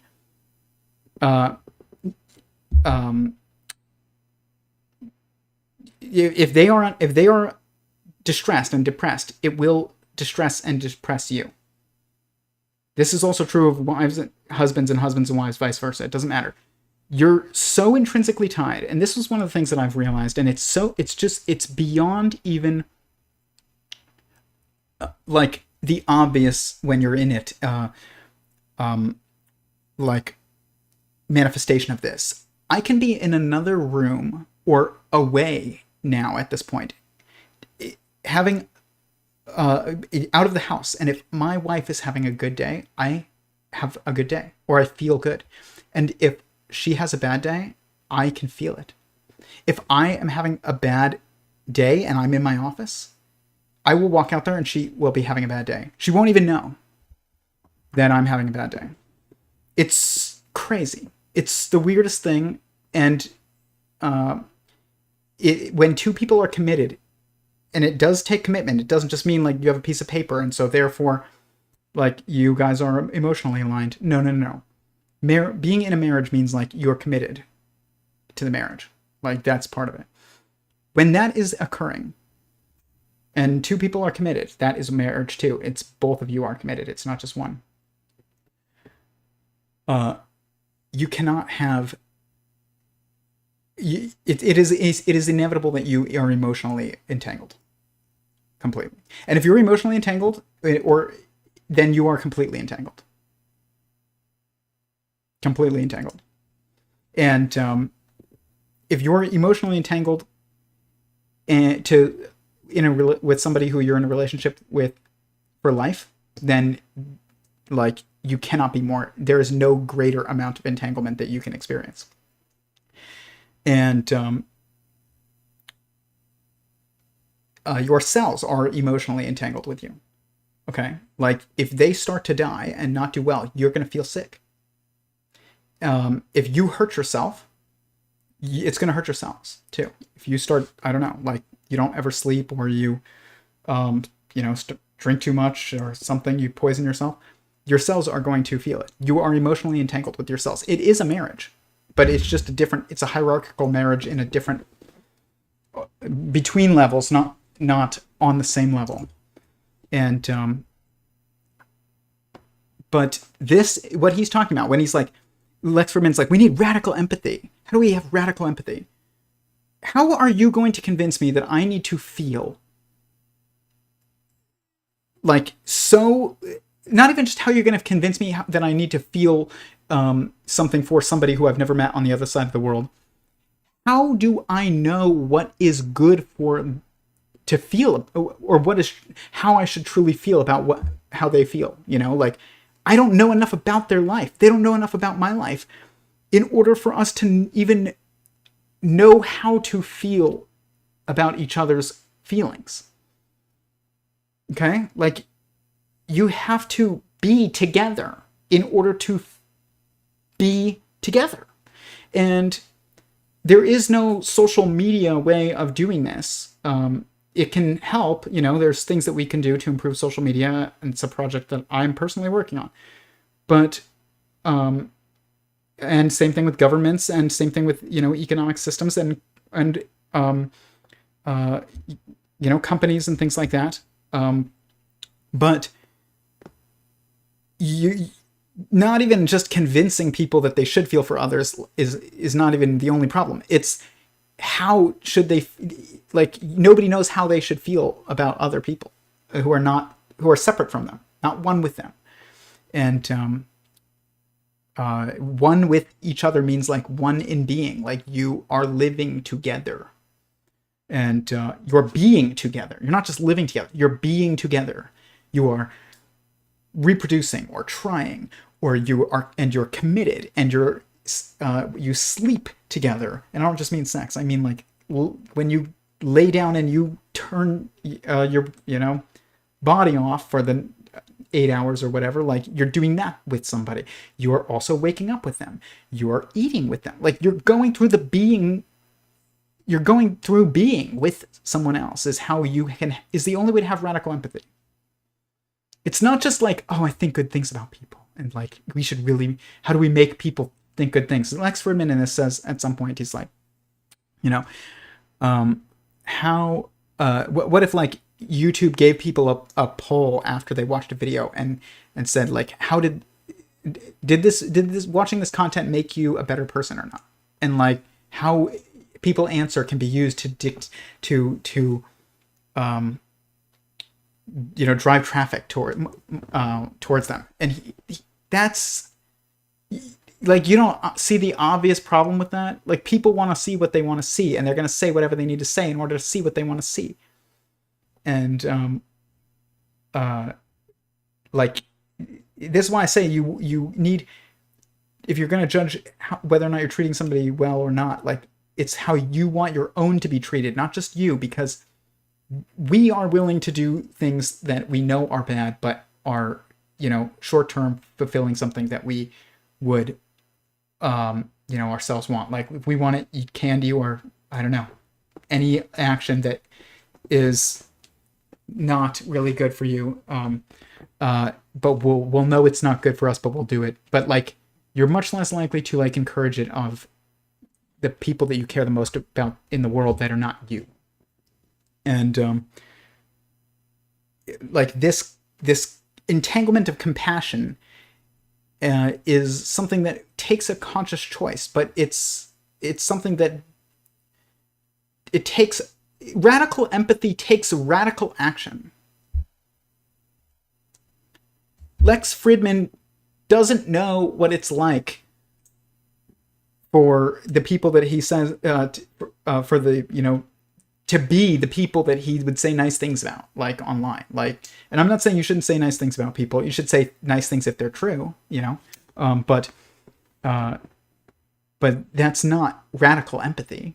Radical empathy is committing to somebody for the rest of their life and feeling happy when they're happy and glad when they're glad, and sticking with them when they're having their most painful moments, and also celebrating with them when they have their, your greatest triumphs. Like, that's radical empathy. There's no structure in the world that does that besides marriage. It's the only radical form of empathy that we can act out. It's the only structure, social structure, in which we can actually have radical empathy. I do believe that Lex's words are right. We need to maximize love. We need to maximize radical empathy. But there's only one structure that you can do that. And it's not Twitter. It's not a better Twitter. It's taking your most core nature and instinct and directing it into a permanent impact on another person. And like, that is it. Like, there's no other way to do it. And this is wisdom. This is like true wisdom. It's not like specific wisdom that you want to maximize wisdom. You need to find social structures that incentivize marriage, but true marriage, not like fake marriage, as in we're maximizing the amount of people that try and get married and fail. Like, a marriage is for life. If it ends, then it really isn't marriage. Or at least if its intentions have to be really truly for life, which means like you have to expect it. It means like you have to be committed to it, really. I saw before this, I was watching Patrick Bet-David's Instagram. He's like a famous podcaster and also does a bunch of other things on the side. And I like a lot of what he says, but he said something about how, and it was just a clip, so I don't know the greater context, but he was like, it's not good to get married early because what if you were not very like successful and you were young, and then you grow in, you're just like a tech nerd or something, and then you hit it big and you become like a billionaire, and then you can get a way better wife or something later on in life, and you should have waited. Let me tell you something. And this is true for people who are like, well, I need to get my own shit in order first. It's like, this is getting your shit in order. Marriage is getting your shit in order. There's no getting your shit in order and then getting married.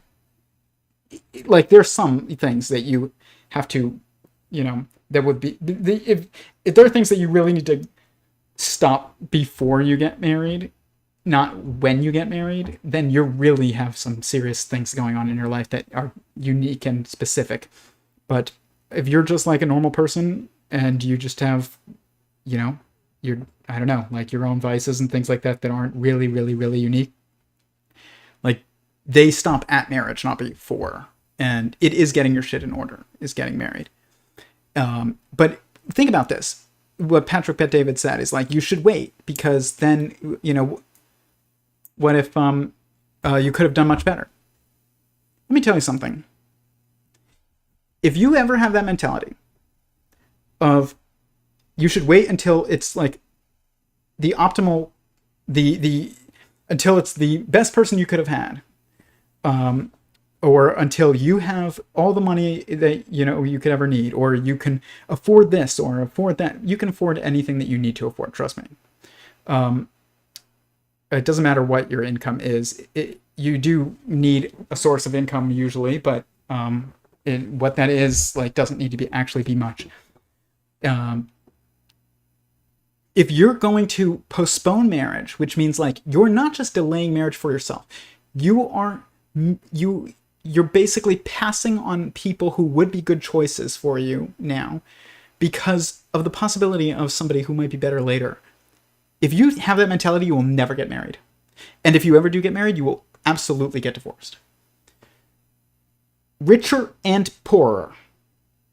Sickness and health. Okay, you don't wait until you don't only get married once you get healthy. You don't only get married, stay married if you're healthy. You don't only get married once you have money, and you don't only stay married if you have money. If you do that, it's not a marriage. And so his advice was horrible. It was the first time I've ever seen him give like some advice that I was like, that was atrocious advice. And here's my like statement on it. There's always somebody better, potentially, but better in what terms? Like now is the time. Like that, if they're not here, then they're not better. But there's always, I'll say this, I won't say there was always somebody better. There's always somebody younger. There's always somebody better looking. There's always somebody richer. There's always your ability to become richer. There's always somebody healthier. There's always somebody funnier. Like, what are you waiting for? The point of marriage is to have radical empathy. It means to like accept people's like not imperfection and to and so that they also accept yours, and then you can, you know, complement each other and boost each other up. Like, it was the worst advice I've ever seen in marriage regarding marriage because it was like deceptive. He didn't do it purposely, I don't think, but it's like it poses as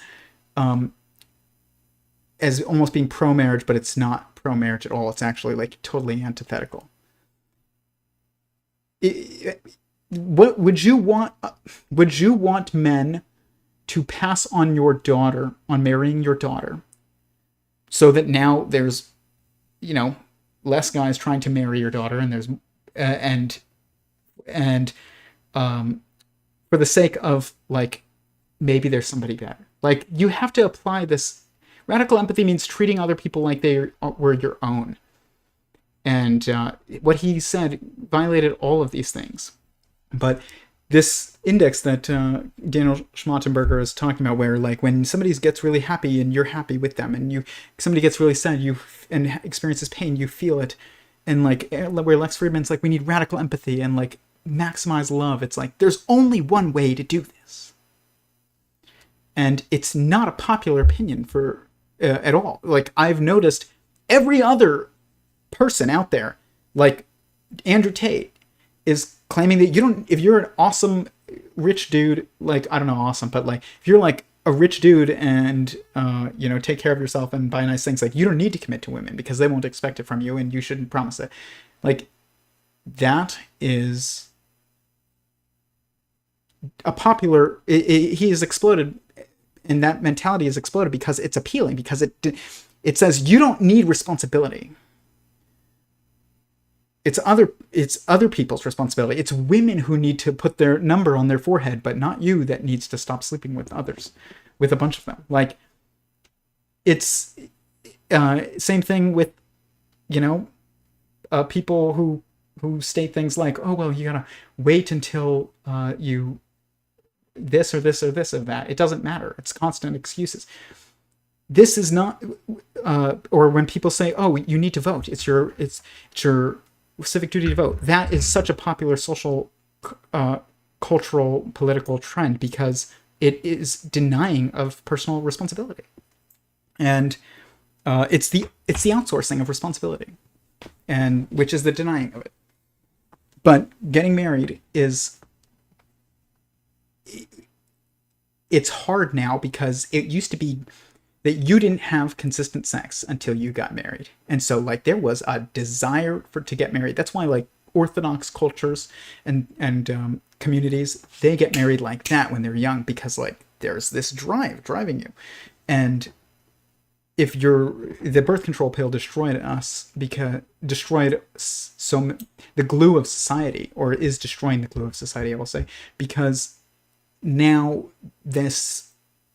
our most powerful instinct isn't acting in the interest of societal cohesion and growth and love and things like that. I mean, they're literally in Europe importing workers from other countries because people are not having enough children.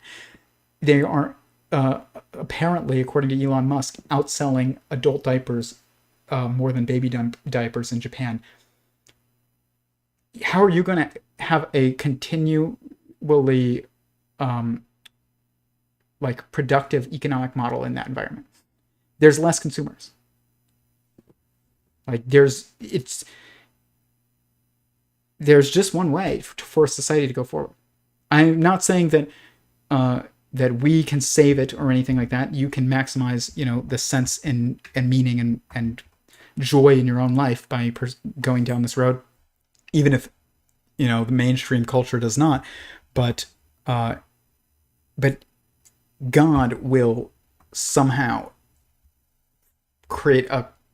he will make this a focus of society if we ever achieve a messianic era, which I think we will, or if society ever gets past its kind of like apparent self-extinguishing conditions. Like marriage will be the focus of, or core focus of society. It will never not be, because it's the only way forward. I'm not saying I know exactly how to prioritize that best. I think only married people should vote because those are the people who you would want peace, who want peace intrinsically, and who understand truth and when I say truth, I mean wisdom, the truth of wisdom that is core to human beingness, which is like you understand gender dynamics and the differences between you, and like you have to contend with it every day. Like that is wisdom that those people who are married are wiser than people who are not. That is just in the ways that matter most. And they are also incentivized naturally towards peace, and they are incentivizing growth because they reproduce. And so there's lots of reasons why that is the only way to go. The reason why only married people should vote, though, also, not just are they wiser, it means that because pandering is a constraint of elections, okay? It is, you have to pander in order to get elected. There is no way to get elected without pandering. It's impossible. Anyone that says you get elected by telling the truth doesn't realize that sometimes telling the truth is pandering. You must pander. It's not a bug, it's a feature that you can't get rid of. So what you do is you have to make sure that the people who are being pandered to are aligned with peace and growth and wisdom, like as much as possible. They're never going to be completely, but as much as possible. And that's why it's a top-down impact and a bottom-up and a political level to make not just make marriage the central structure of society's focus, but to because it already is. It's just you must recognize it and build structures from it. It's the foundation of personal meaning, and of also for 99% of people, probably. or most people, I would say, and also the foundation of societal peace and economic growth, like, and a culture of wisdom. Like, you need a culture that's pandering to human beingness, not like some sense of hedonism. Okay, a couple more clips and then we're gonna go, because there's so much, guys. There's so much that I want to touch on and I just can't. We're gonna have to come back to this. But the compassion conversion, it's great.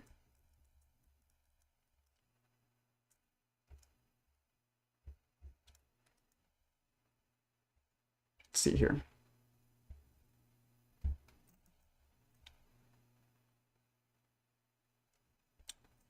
Okay, there's 2 more clips here that I want to watch at least. Please hit the like button if you are watching this and you find it meaningful. By the way, I am still working on upgrading the tech here a bit, but we will be doing that soon. When I do that, the plan is to make videos, release videos more often that are produced and therefore much more like concise. We'll still do live streams at least once a week, but there will be at least once a month, but probably more eventually once I get into a groove, videos on all these topics that are much more concise than this and shorter. And the issue is when you're trying to talk about another person's discussion, you have more to say than the people had in that discussion. If I had less to say than they do about these topics, like, if you're going to talk deeply about them, then it's impossible. Okay, like, basically the most optimal way of conveying to you the discussion on a deep level would be to almost just say their discussion word for word, which is like that's why, like, commentaries are always longer usually. Because, or at least they can be. A synopsis is different than a commentary, by the way. Like, that's true commentary. It's not like hot takes. But this is about the news and the impact of it. Like I said earlier, it's like the distribution of media is the other, like, poison pill for society's continuity. Is those 2 things: birth control and media.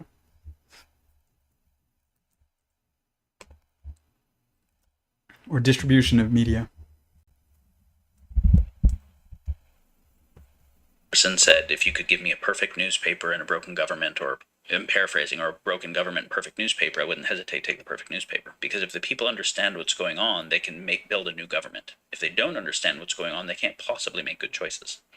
And Washington, I'm paraphrasing again, first president said the number 1 aim of the federal government should be the comprehensive education of every citizen in the science of government. Science of government was the term of art. Think about what that means, right? Science of government would be game theory, coordination theory, history. Wouldn't call it game theory yet. History, sociology, economics, right? All the things that lead to how we understand human coordination. I think it's so profound that he didn't say the number 1 aim of the federal government is rule of law. And he didn't say it's protecting the border from enemies. Because if the number 1 aim was to protect the border from enemies, it could do that as military dictatorship quite effectively. And if the goal was rule of law, it could do it as a dictatorship, as a police state. And so if the number 1 goal is anything other than the comprehensive education of all the citizens in the science of government, it won't stay a democracy long. You can see, so both education and the 4th estate being so education, can I make sense of the world? Am I trained to make sense of the world? The 4th estate is what's actually going on currently, the news. Do I have good, unbiased information about it? Those are both considered prerequisite institutions for democracy to even be a possibility. True.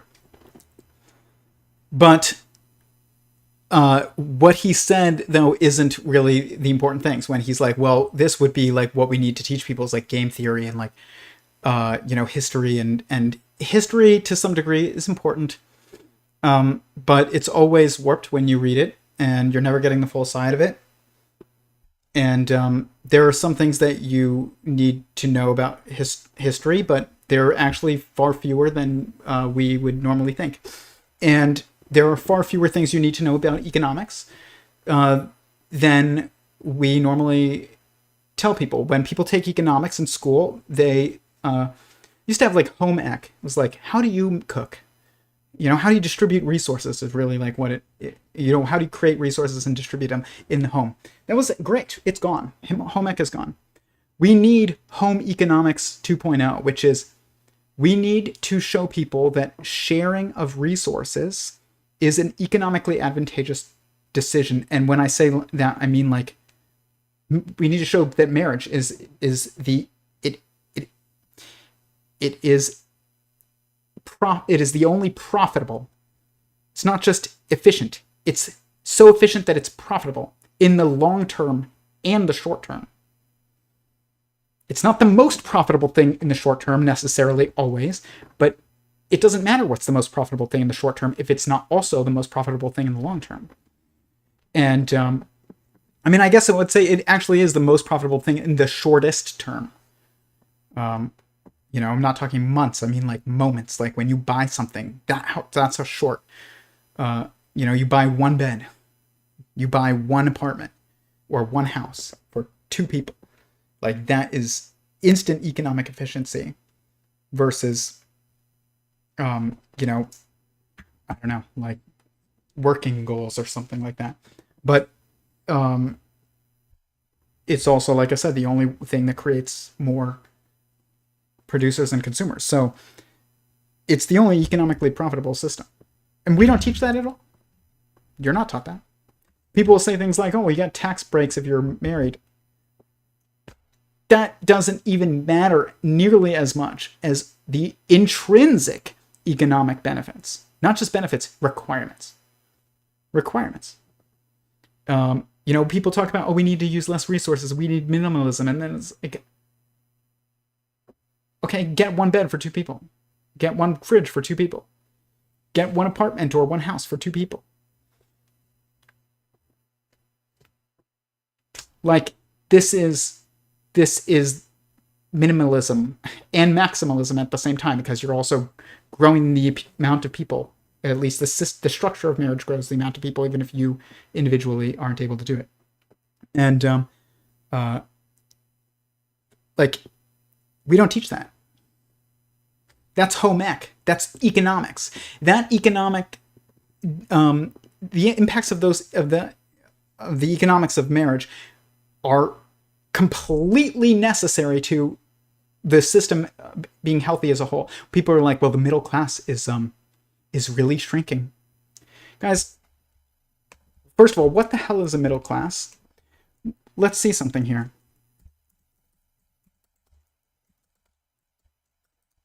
I haven't looked at this graph, but we're going to look at it because I already know basically what the answer is going to be. Okay.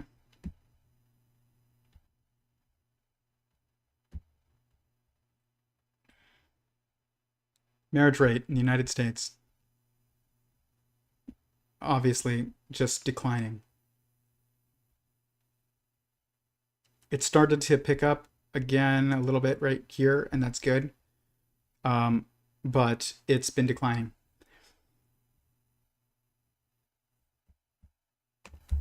What do you think the graph looks like for the shrinking of the middle class in the United States?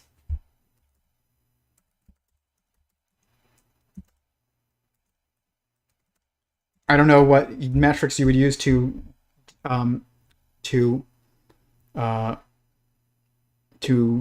define middle class, but I'm telling you right now that like you're gonna see the same trends.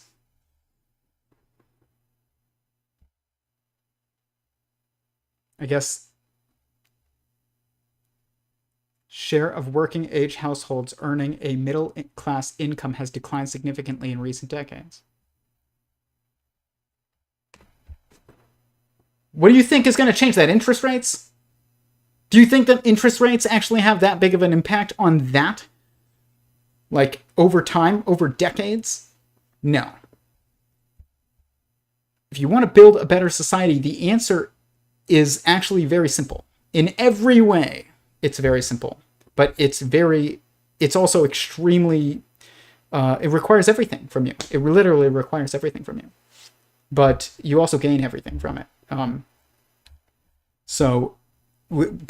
When we teach game theory is what he said. Well, maybe teaching game theory in school would be good to have a more educated populace so that they can make good political decisions in a wise democracy. That's not wisdom. You need a system that intrinsically teaches people what is wise politically. You know what's wise politically? Anything that takes into consideration future generations. And it's wise politically to not burn down the supermarket, and it's wise politically to take the other gender's experience into consideration when you vote on a piece of legislation. These are wise political things. You can't get wisdom in school, so the government cannot actually teach us this intrinsically. And I've said before, and I've really realized this, I used to think homeschooled kids were just going to be so socially awkward and not successful, and that it was a disservice to homeschool kids. And I had a terrible experience in school. I hated school in every way, not just because I didn't enjoy it. I truly thought a lot about why I did not enjoy it, and I did not enjoy it because it's terrible, and I realized that it's terrible. But I still thought that homeschool kids were weird. I know homeschooled kids now. They are the wisest kids that I know in general. They are the smartest kids I know in general. And it's funny because even in this interview, and I'm going to play it in a minute, Lex Fridman asks Daniel Schmachtenberger, discuss, your father and how he impacted you. And he's like, my father was a great father. He really was as good of a father as I could have asked for, basically. And, I was homeschooled. And he said that, and I was like, you are one of the most brilliant philosophers I've ever listened to. And I'm not surprised at all that you're homeschooled. That's my opinion on that.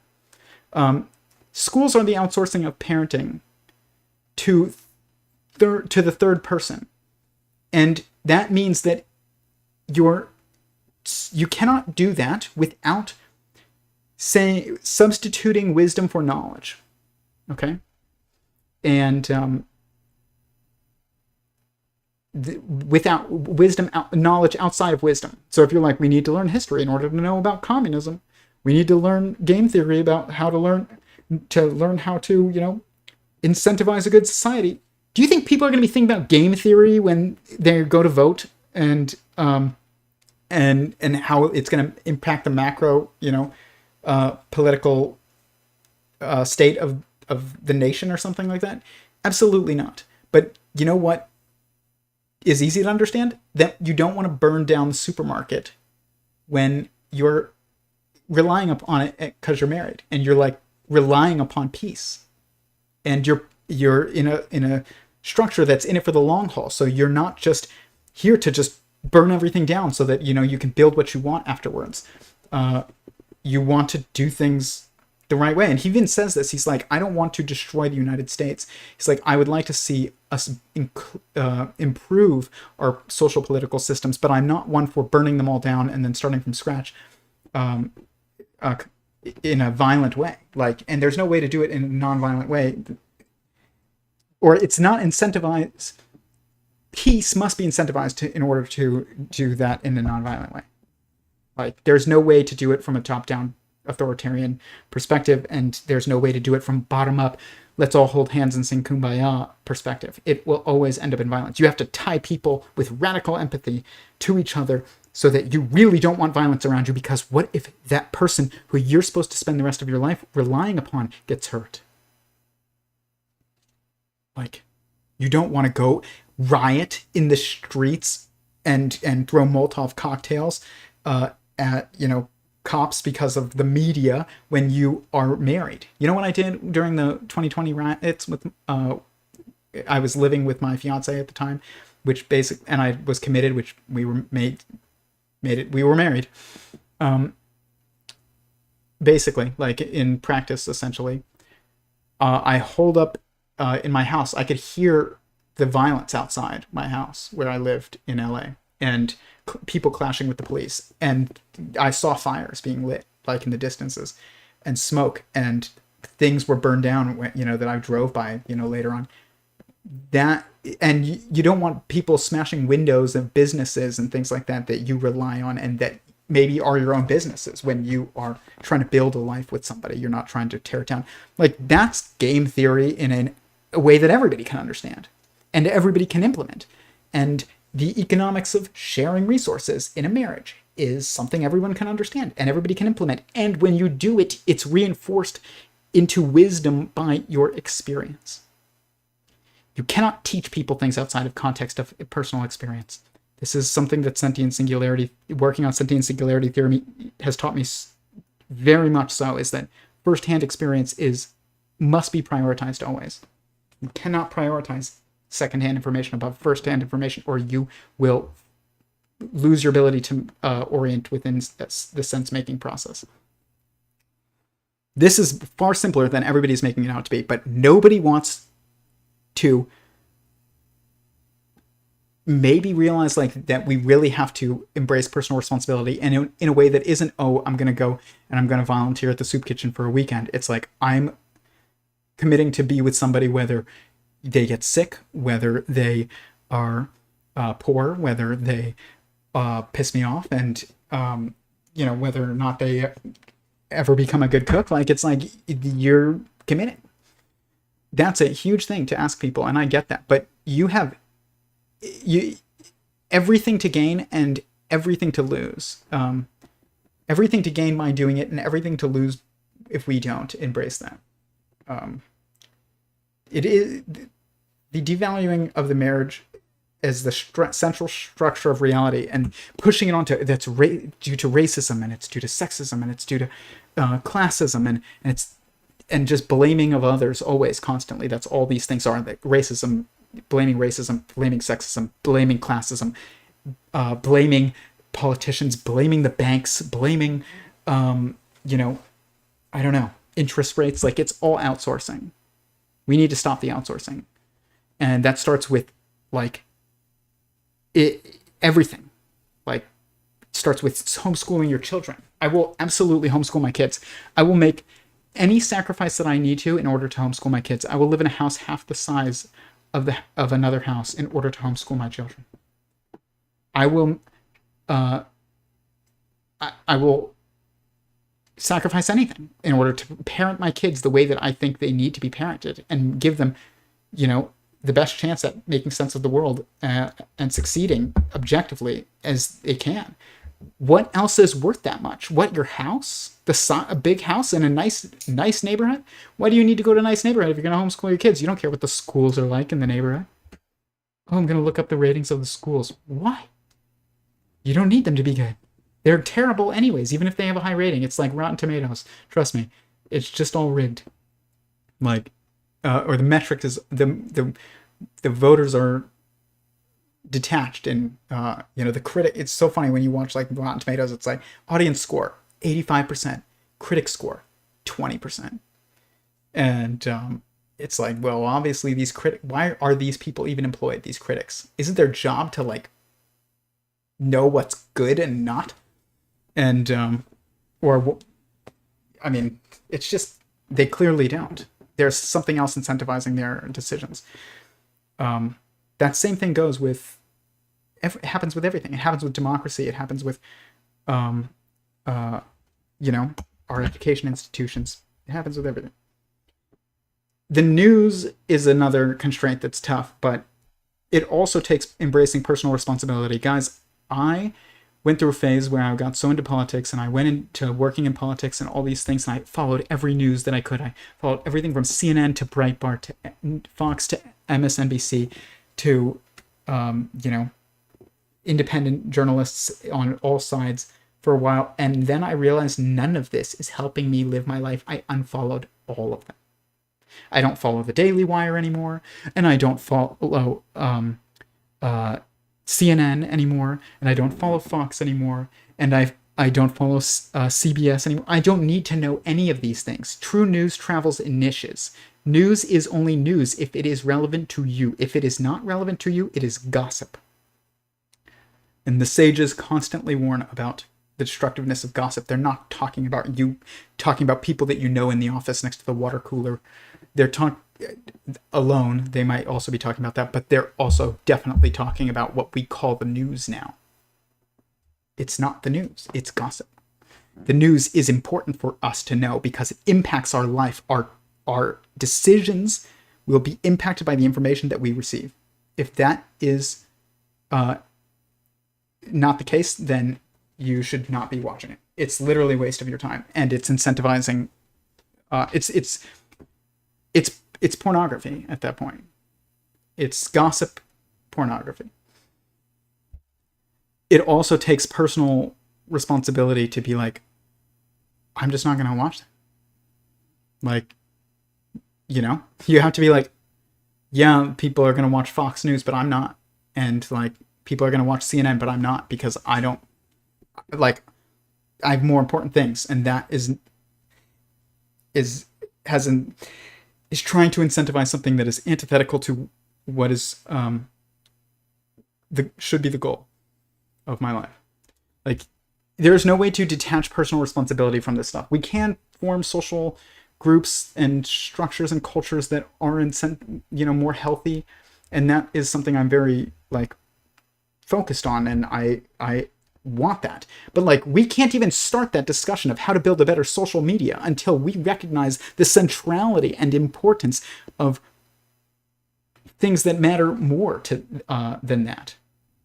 Like, or that are foundational to our sense making in itself, to peace in itself, to wisdom in itself. You can't make a wiser people from social media. You have to make a wiser social media from wiser people.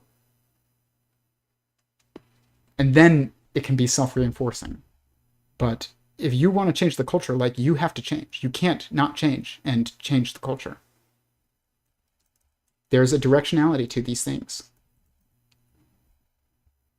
What Daniel is saying here, where he's like, again, it's like so close, but it's missing the mark, kind of like Lex, where he's like, oh, love needs to be maximized, and that should be the metric that we aim for. It's like, well, first define it, because your definition of love, Lex, is not the one that we need.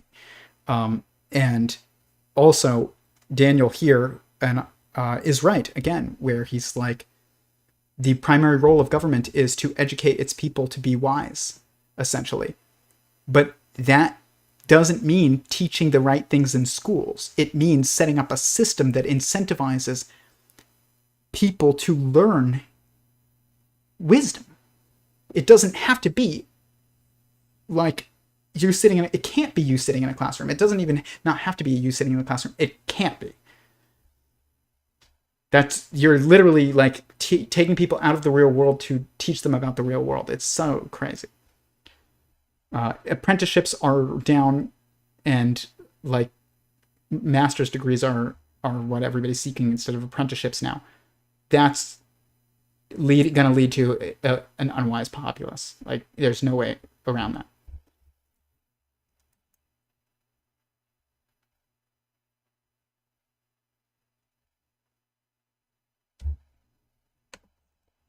Here. I realize this is a little long stream, guys, but this was such a long stream that they did, and it took me days to get through. I'm gonna do like not even a. I'm gonna make a video about. We could all apply the philosophy of science, and you weren't gonna stick to your guns. The speed of. I'm going to make a video about on this if we measured it and we found out what it was. The topics in this discussion that is not live. I don't even want to just do another live on this. I will do a produced video on this in the next month or two, because it's so essential, and it's not even helpful. It's helpful for me to like have these, be informal sometimes, because I get to think while I'm speaking, and that helps me even. And I think it's helpful for people to see people really thinking. I'm really thinking when I'm on these streams. Like, I don't come onto these streams knowing exactly what I want to say, but sometimes I mean, I always have a general outline, but it's tough to stick to it. I've said before, talking about theories of everything or fundamental reality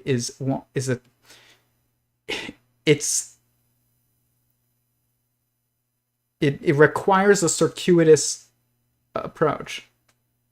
So there's no way. I mean, you put, even if it's produced, if it's it requires a circuitous approach. So if you're doing it live, like and you're wandering because you're live, then and you're required to go in a circuitous fashion, like it's gonna come off as a bit chaotic. And I realize these long streams aren't for everybody, but I love long streams from people, real conversations where people are actually thinking. That's like basically the only content that I watch, unless it's like I want a review of something that I'm going to buy. There's a unifying element to the objectivity in that way. And so this is why I believe Jefferson said, if you could give me a perfect newspaper and a broken government, or I'm paraphrasing, or a broken government and perfect newspaper, I wouldn't hesitate to take the perfect newspaper. Because if the people understand what's going on. Perfect newspaper is one that only tells you things that are relevant to your life, and that and gives you, like, in the context of wisdom, like, and also is requiring that you identify what is wise already. Like, it presupposes that you understand what is wise and what is not. It's not just a matter of a perfect newspaper. You need a wise populace to know what is wise in the news, and that means understanding relevancy and human beingness, like the core aspects of human beingness. And let me tell you, I do not think that you can, for the most part, outside of marriage. A guy once got so pissed at me, like a month ago on Instagram. I said only married people should vote or something, and he was like, "You, like, who are you to say you're better than me?" Blah blah. I'm not, and that's not what I said at all. I'm not, for anybody watching this, I don't think I'm better than you because I'm married and you're not. If you're not, that's not what this is about. Like, I don't think I'm better than anybody. Like, I don't think I'm the person, and I say that truly. Like, I would not want to even be the judge of of the value of people. Like, I just would not. Outside my, like, the people that I know, like, to me, but because I can't. That's the thing. I cannot be that. God, you have to personally know everybody in order to judge the value of people. And God is the only one who knows everybody. So this is not about, like, better or worse or anything like that, but of people. But it is like, and it's just, there's no way around this. A society that is good, and economic system that is good, and a social, cultural, systems and cultural trends and I don't know, everything, political, peace, like, for that stuff to be good, like, there's just no way around personal responsibility and maximization of empathy and maximization of, loving your neighbor as yourself, or loving others as your own, really, which means, like, you really have to, like, embody that. There's only one way to do that. It means, like, not using people as objects, essentially, which means, like, committing to them forever. There's no way around it. And I know a couple people that were, like, inspired to make moves on getting married, who were audiences of the show, and I went to one of their weddings. They invited me, and he's become a friend of mine. And, like, just that, like, guys, I get so little views on these compared to, like, tons of other, even people who are recently started streaming. But one person told me that this stream inspired them to get married, and then I literally, like, lost it on the live stream when they said this in the chat. I, like, was, like, starting to tear up, and then I had to quit the stream. And you can, I mean, it's there. Like, I'm not going to tell you which stream it is right now, but, like, it's recorded. And then they offline invited me to their wedding, and like I said, have become a friend of mine, but like met through them just being in the chat. That means whatever children they have, like, was impacted a little bit by me. It was their choice. I'm not saying like I'm responsible, but like, and that their permanent relationship with somebody else has been impacted by me. Permanent relationship with somebody else. It doesn't even matter if they have kids or not. I mean, it does matter, but it doesn't just mean that if they don't, then it doesn't mean that like that was a effort that was lost. But it means, but if somebody's permanent relationship, if you've impacted somebody such that they have changed their relationship with somebody permanently and committed to being good to somebody permanently for the rest of their life, like, how could you put views above that or something, some other metric? So I mean, that's why these things, like, when I say that they matter, I am not just saying that. Like, I personally did it, and you can hopefully see that is true when I talk about like what is valuable, even my impact with these streams. One person, but that person's impact now will be permanent, or its intention is to be permanent. There's no other like, I'm not going to say there's no other streams that do that, but like, there's no other impact that you could have, that a stream could have on somebody's life for the most part, unless like, I don't know, you watched somebody stream and it stopped you from committing suicide or something like that. Some other permanent impact, like, that is also comparable, but permanent is permanent. And like, that is enough. You don't need to be Mark Zuckerberg and like impact everybody's life for the time that Facebook is reigning champ until the next thing comes around. Everybody was Tom's friend on MySpace. That guy is, who knows what he's doing now. Nobody has a MySpace that they use. Facebook will have the same thing happen. So how much impact did Mark Zuckerberg really have? We all wanted to be him as millennials who went to school. You're like, oh, billionaire who impacted the world. Did he cause, I mean, he did cause, I'm sure, some people to get married and things like that through the platform, but like, it wasn't the goal necessarily. So like, it's just permanent impact on other people is how we maximize meaning and empathy and things like that. And we start incentivizing good things, like not views and alone. Not saying views don't matter or anything like that. They do. Please hit the like button. But you have to choose where to put your attention if you're going to talk about making a better world. And this right here is what I mean. Almost done. I know it's late.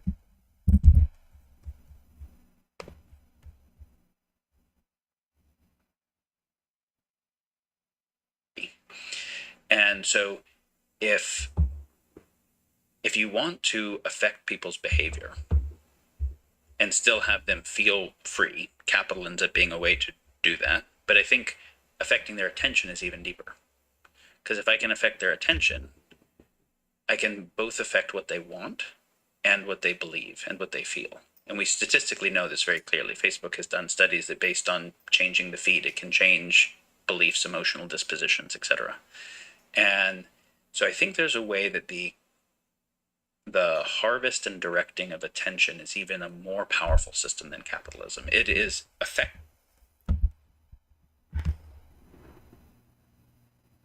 But permanent directional shift in attention, like, is the point. Towards something good that causes growth and peace and everything else. Like, what does that? Facebook?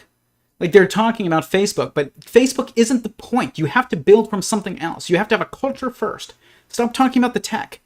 You can build tech that does help incentivize and reward good deeds and commitment and even marriage. But you have to drill down what is the where we should put people's attention. Where should people be focusing? they they got a lot in this interview, in this discussion that's, correct, as I said, but they still never gave anybody any answer. I'm giving you the answer. And I really mean that. I don't say that as a gloating statement. I'm literally giving you the answer. And you have to be attracted to the opposite sex for this to be the answer for you. But even if you're not, it still gives you direction, because you still have to prioritize other people, prioritizing this structure. You can't be having a culture that is antithetical to the culture of getting married and having a nuclear family and intimacy and monogamy. If your culture is contrary to that, you cannot you can't have a culture that's contrary to that and still have it be a good culture. You can be somebody who has a unique circumstance and isn't suited to marriage, but your responsibilities now, you can have this understanding the importance of marriage still gives you direction, and you can impact other people. What if you start a stream and you talk about things that cause other people to get married? It's like getting or not hurt themselves or something like that. A permanent impact on people that takes personal commitment, not just talking about it. Like a pastor or priest, I guess a priest wouldn't get married, but their job is to encourage that culture. They don't encourage hedonism. The pride movement today is the encouraging of hedonism. It is. But there are ways to not be attracted to the opposite sex and still support the system that supports you. Everybody is supported by marriage, not just people who are attracted to the opposite sex. But, if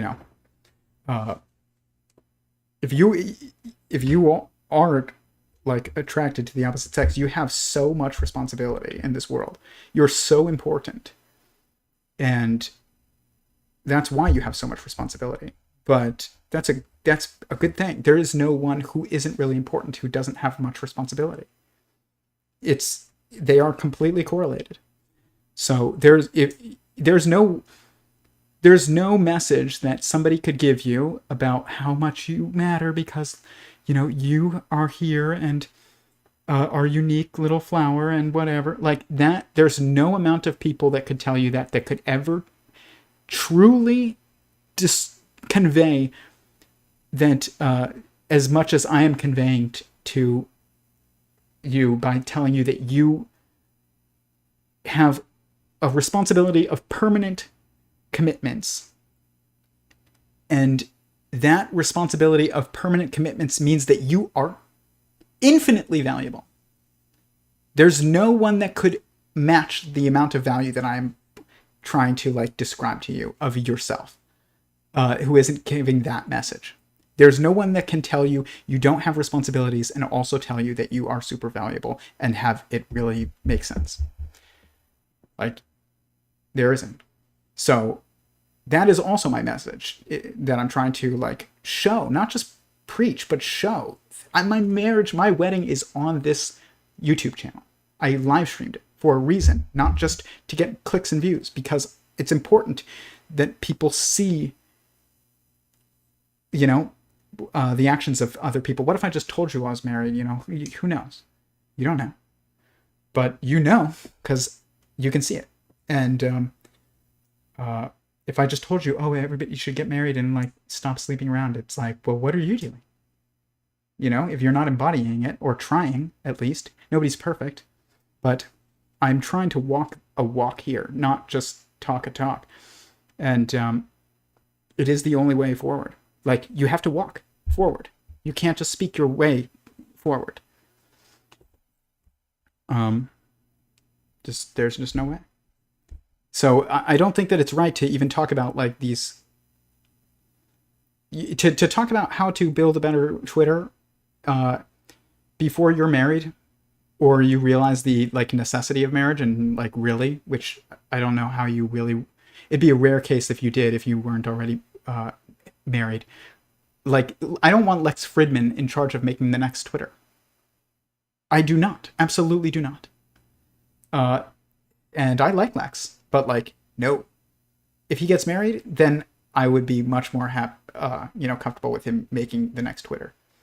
And it is impossible for him to do as good a job, pretty much, making the next a helpful social system through technology before he gets married. It's pretty much impossible.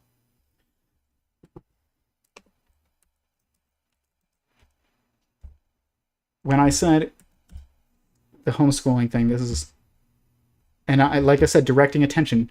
You need to direct your attention through the structure of marriage. You can't just direct people's attention to like nice things on YouTube and therefore you're going to make a better society. Well, people can read the blog post and see a lot of individual things that I learned that I really appreciated. If I was to kind of summarize at a high level,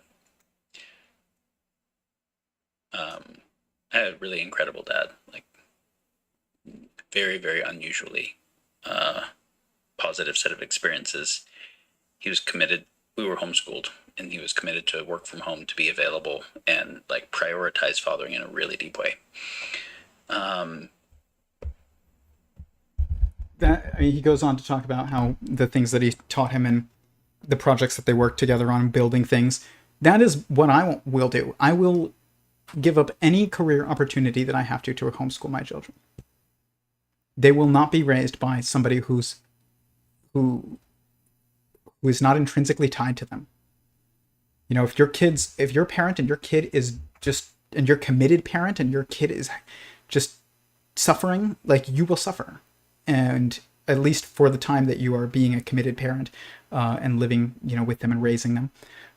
And if your kid is excelling, like, it's going to give you joy as well. Like, that is not true of teachers. I saw this teacher got mad at me. I mean, teachers are constantly getting mad at me since the time I started school, but and it just continues now.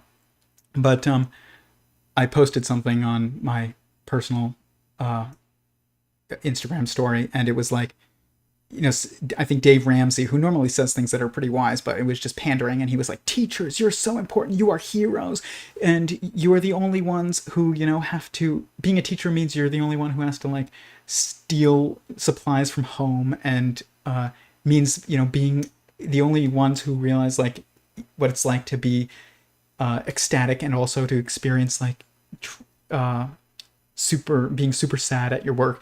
It was just nonsense. And I shared it, and I was like, teachers are babysitters who are the only ones who are allowed to say that all of these things don't apply to anybody else but them, and, get celebrated for it. And this girl just, like, was so pissed about it. And I went and I knew her from, back home, and I just went and I didn't say anything to her, but I just went and looked at her, like, her job, and she was a teacher. And, I don't think, I don't want women who are, and it's usually women, who want to teach to not teach. I want them to teach their own children. And maybe, like, the children of their friends, like when they have a homeschool collective or something. I'm not telling you can't do what you want to do, but I am, saying, like, we need to stop outsourcing everything, outsourcing the raising of our children. Like, there is a reason why Daniel Schmachtenberger is so wise for not being married. I don't think he's married. I don't see a wedding ring on his finger. He might be married. I hope so.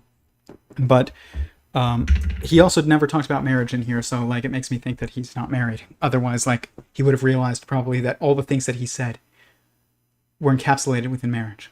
And I hope I'm wrong on this, by the way, but I also would be a bit disappointed that he never brought it up that I saw if he was married. But he's only so wise because he is homeschooled, probably. Like, and also, like, you couldn't be unmarried and schooled by the state alone and be as wise as he is. And we need to start just realizing that we are so much more important, personally. Like, but if you want to be important and you want to recognize your importance and generate in meaning and maximize it in your life and through impacting the people around you. You have to make permanent commitments that take sacrifice, but that also end up profiting you and everyone in the process. And there is no way. Any system in which one person wins and the other one loses is a system that you should not be playing in, or you should avoid, because it's not permanent. The only systems that are permanent are ones in which everybody benefits, can benefit from each other, and not and good things for you is not at the expense of others. If it's going to be a permanently sustainable system, I guess. So we need to start seeking those things, and they're hard to identify when you haven't been raised with the values and the wisdom of the past, and we have not, and I include myself in that. I had to learn it myself. I don't even know if, I didn't come from a family that understood it any more than most families, or maybe a bit more than most families, but not more than all families. So, I guess that's my message. Like, you want to build a better society, you want to build a better Twitter, you want to build a better political government. If you're attracted to the opposite sex, you really need to get married first before you can have any chance of doing this, other than like pure luck. And don't bet on pure luck. It's, the odds are not in your favor. So my advice to Lex and anyone who is trying to build a better social system and culture and everything, like, you have to not just say nice things about people. You want to talk about radical empathy, then it takes radical commitment. You want radical meaning, then it takes radical commitment. Like, you want radical success, it takes radical commitment. We need to stop outsourcing the education of our children to schools. We are denying our children wisdom, the chance to gain wisdom. When we do that, you're just prioritizing the size of your house or whatever. I don't believe people when they say things like, well, I need to put food on the table. If you're in a married couple, then that's not true. Like, one of you can alternate work, and one of you can work from home, especially today. It's very easy to work from home. You can have dual income if you really needed it. And I think that's a good thing to have multiple sources of income. My wife and I do, but one of us will always work from home, because that's a value that we've set. You have to set these things and make commitments. So that's that. I realize this was a disjointed stream. I really appreciate everybody that stuck it out. Please hit the like button. I'm going to make a much more concise stream than this. This is my first real stream back after the new year, and like I said, I have a new work schedule, and just my life schedule because of that is just changing in many ways. So I'm working out the kinks and how to prepare and stuff like that in a new environment. Our culture is to breed. Our culture is not just to breed. That's not just your culture. There's so much hatred against same-sex couples. There's no hatred against same-sex couples. I don't hate same-sex couples. It's not marriage, though. But that's not like a religious statement. I'm not saying that as a religious thing. A marriage is one where you are tying yourself to somebody who's completely has a different nature than you, even one that you just cannot even understand. Listen, I'm a man. I understand men extremely well, even men who are attracted to no one, who are attracted to the opposite sex, who are attracted to the same sex. Like, men are men too still, and women are women still. Like, I will never understand women unless I'm being with one. Okay, I'm being with one. I'm not saying that if you are. By the way, I'm not telling you should get married to somebody of the opposite sex if you are attracted to, or if you're not attracted to them. I actually think you have to be attracted to the opposite sex if you're really fit for marriage. But if you're not, then you have another specific purpose in life, and but it is still to support this structure in some way, just like priests or something. Like, their job is to still support marriage even though they're not getting married themselves. There's no hatred towards same-sex couples, but it's not a marriage. It's just not, and it cannot be. There's just no way. It's so destructive to destroy the definition of marriage. It cannot be done. It will destroy society. there are philosophers of every civilization that has come and gone over the eons that have repeatedly said this. You don't think that like historical societies have gone through the same question of, you know, blurring the definition of marriage and then in the name of equality? Like, this has happened countless times before. This is not the first time that it's happened. And the result will be the same every time. But I've no hatred towards people who are queer.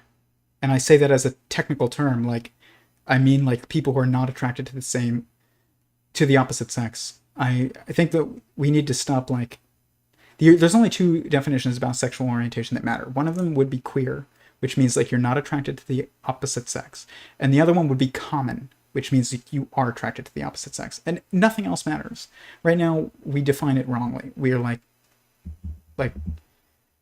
it's just wrong. It turns into this spectrum that doesn't help anybody orient. There's two sexual orientations. One of them is attracted to the opposite sex. The other one is not. And it doesn't matter if you are queer. It doesn't matter if you're attracted to the same sex, or if you're attracted to no one, or if you're attracted to trees. Like, the result, it doesn't matter to me or to other people around you. It just matters that you're not attracted to the opposite sex. Same thing with people who are common. It doesn't matter if you're attracted to the opposite sex and also trees. It doesn't matter to me. Like, it matters to me that you are attracted to the opposite sex. Like, sexual orientation doesn't just help you orient in this whole thing, which it must, if it's a good model. It also helps others orient, like, around you. That's the, like, there's sexual relations are between multiple, they're relationships. So, like, there's no way it's not about others too. It's not about how you orient around others. Our current model is terrible. The ever-growing number of, like, letters added to the alphabet soup is destructive. But I have no hatred towards anybody. I actually want to help everybody orient towards maximizing their meaning in the world. And I don't care if you are attracted to the opposite sex or not in a way of judgment. But it is important to know, in order to help anyone know, like, what they should focus on and their goals and their relationships with others. It's absolutely important. People say things like this in the right. They're like, oh, marriage is only between a man and a woman. And then the left blurs the line of what marriage is, and in a political sense, a governmental sense. And then the right says, oh, why does the government have anything to do with marriage? It absolutely has everything to do with marriage. How could it not? How could your nation not have to do with families? Like, it's built of families. It's just nonsense. It's just people are trying to play games and changing definitions and values and goals. Conservatives that say the government has no interest in your sexuality or your sexual orientation, that's nonsense. We just have a poor model of what sexual orientation would be, but it absolutely has an interest in it.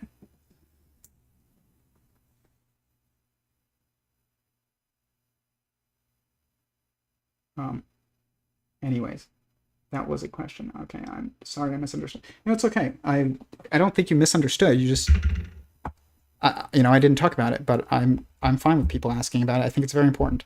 Anyways, I'm gonna go, guys, but it's been way too long on here. I'm gonna make something more concise about this. Thank you to Lex Fridman and Daniel Schmachtenberger for having this discussion. It is a great one. I highly suggest that you watch it. It's probably actually shorter than this stream at this point, and I also thank everybody for watching and hitting the like button who has done so.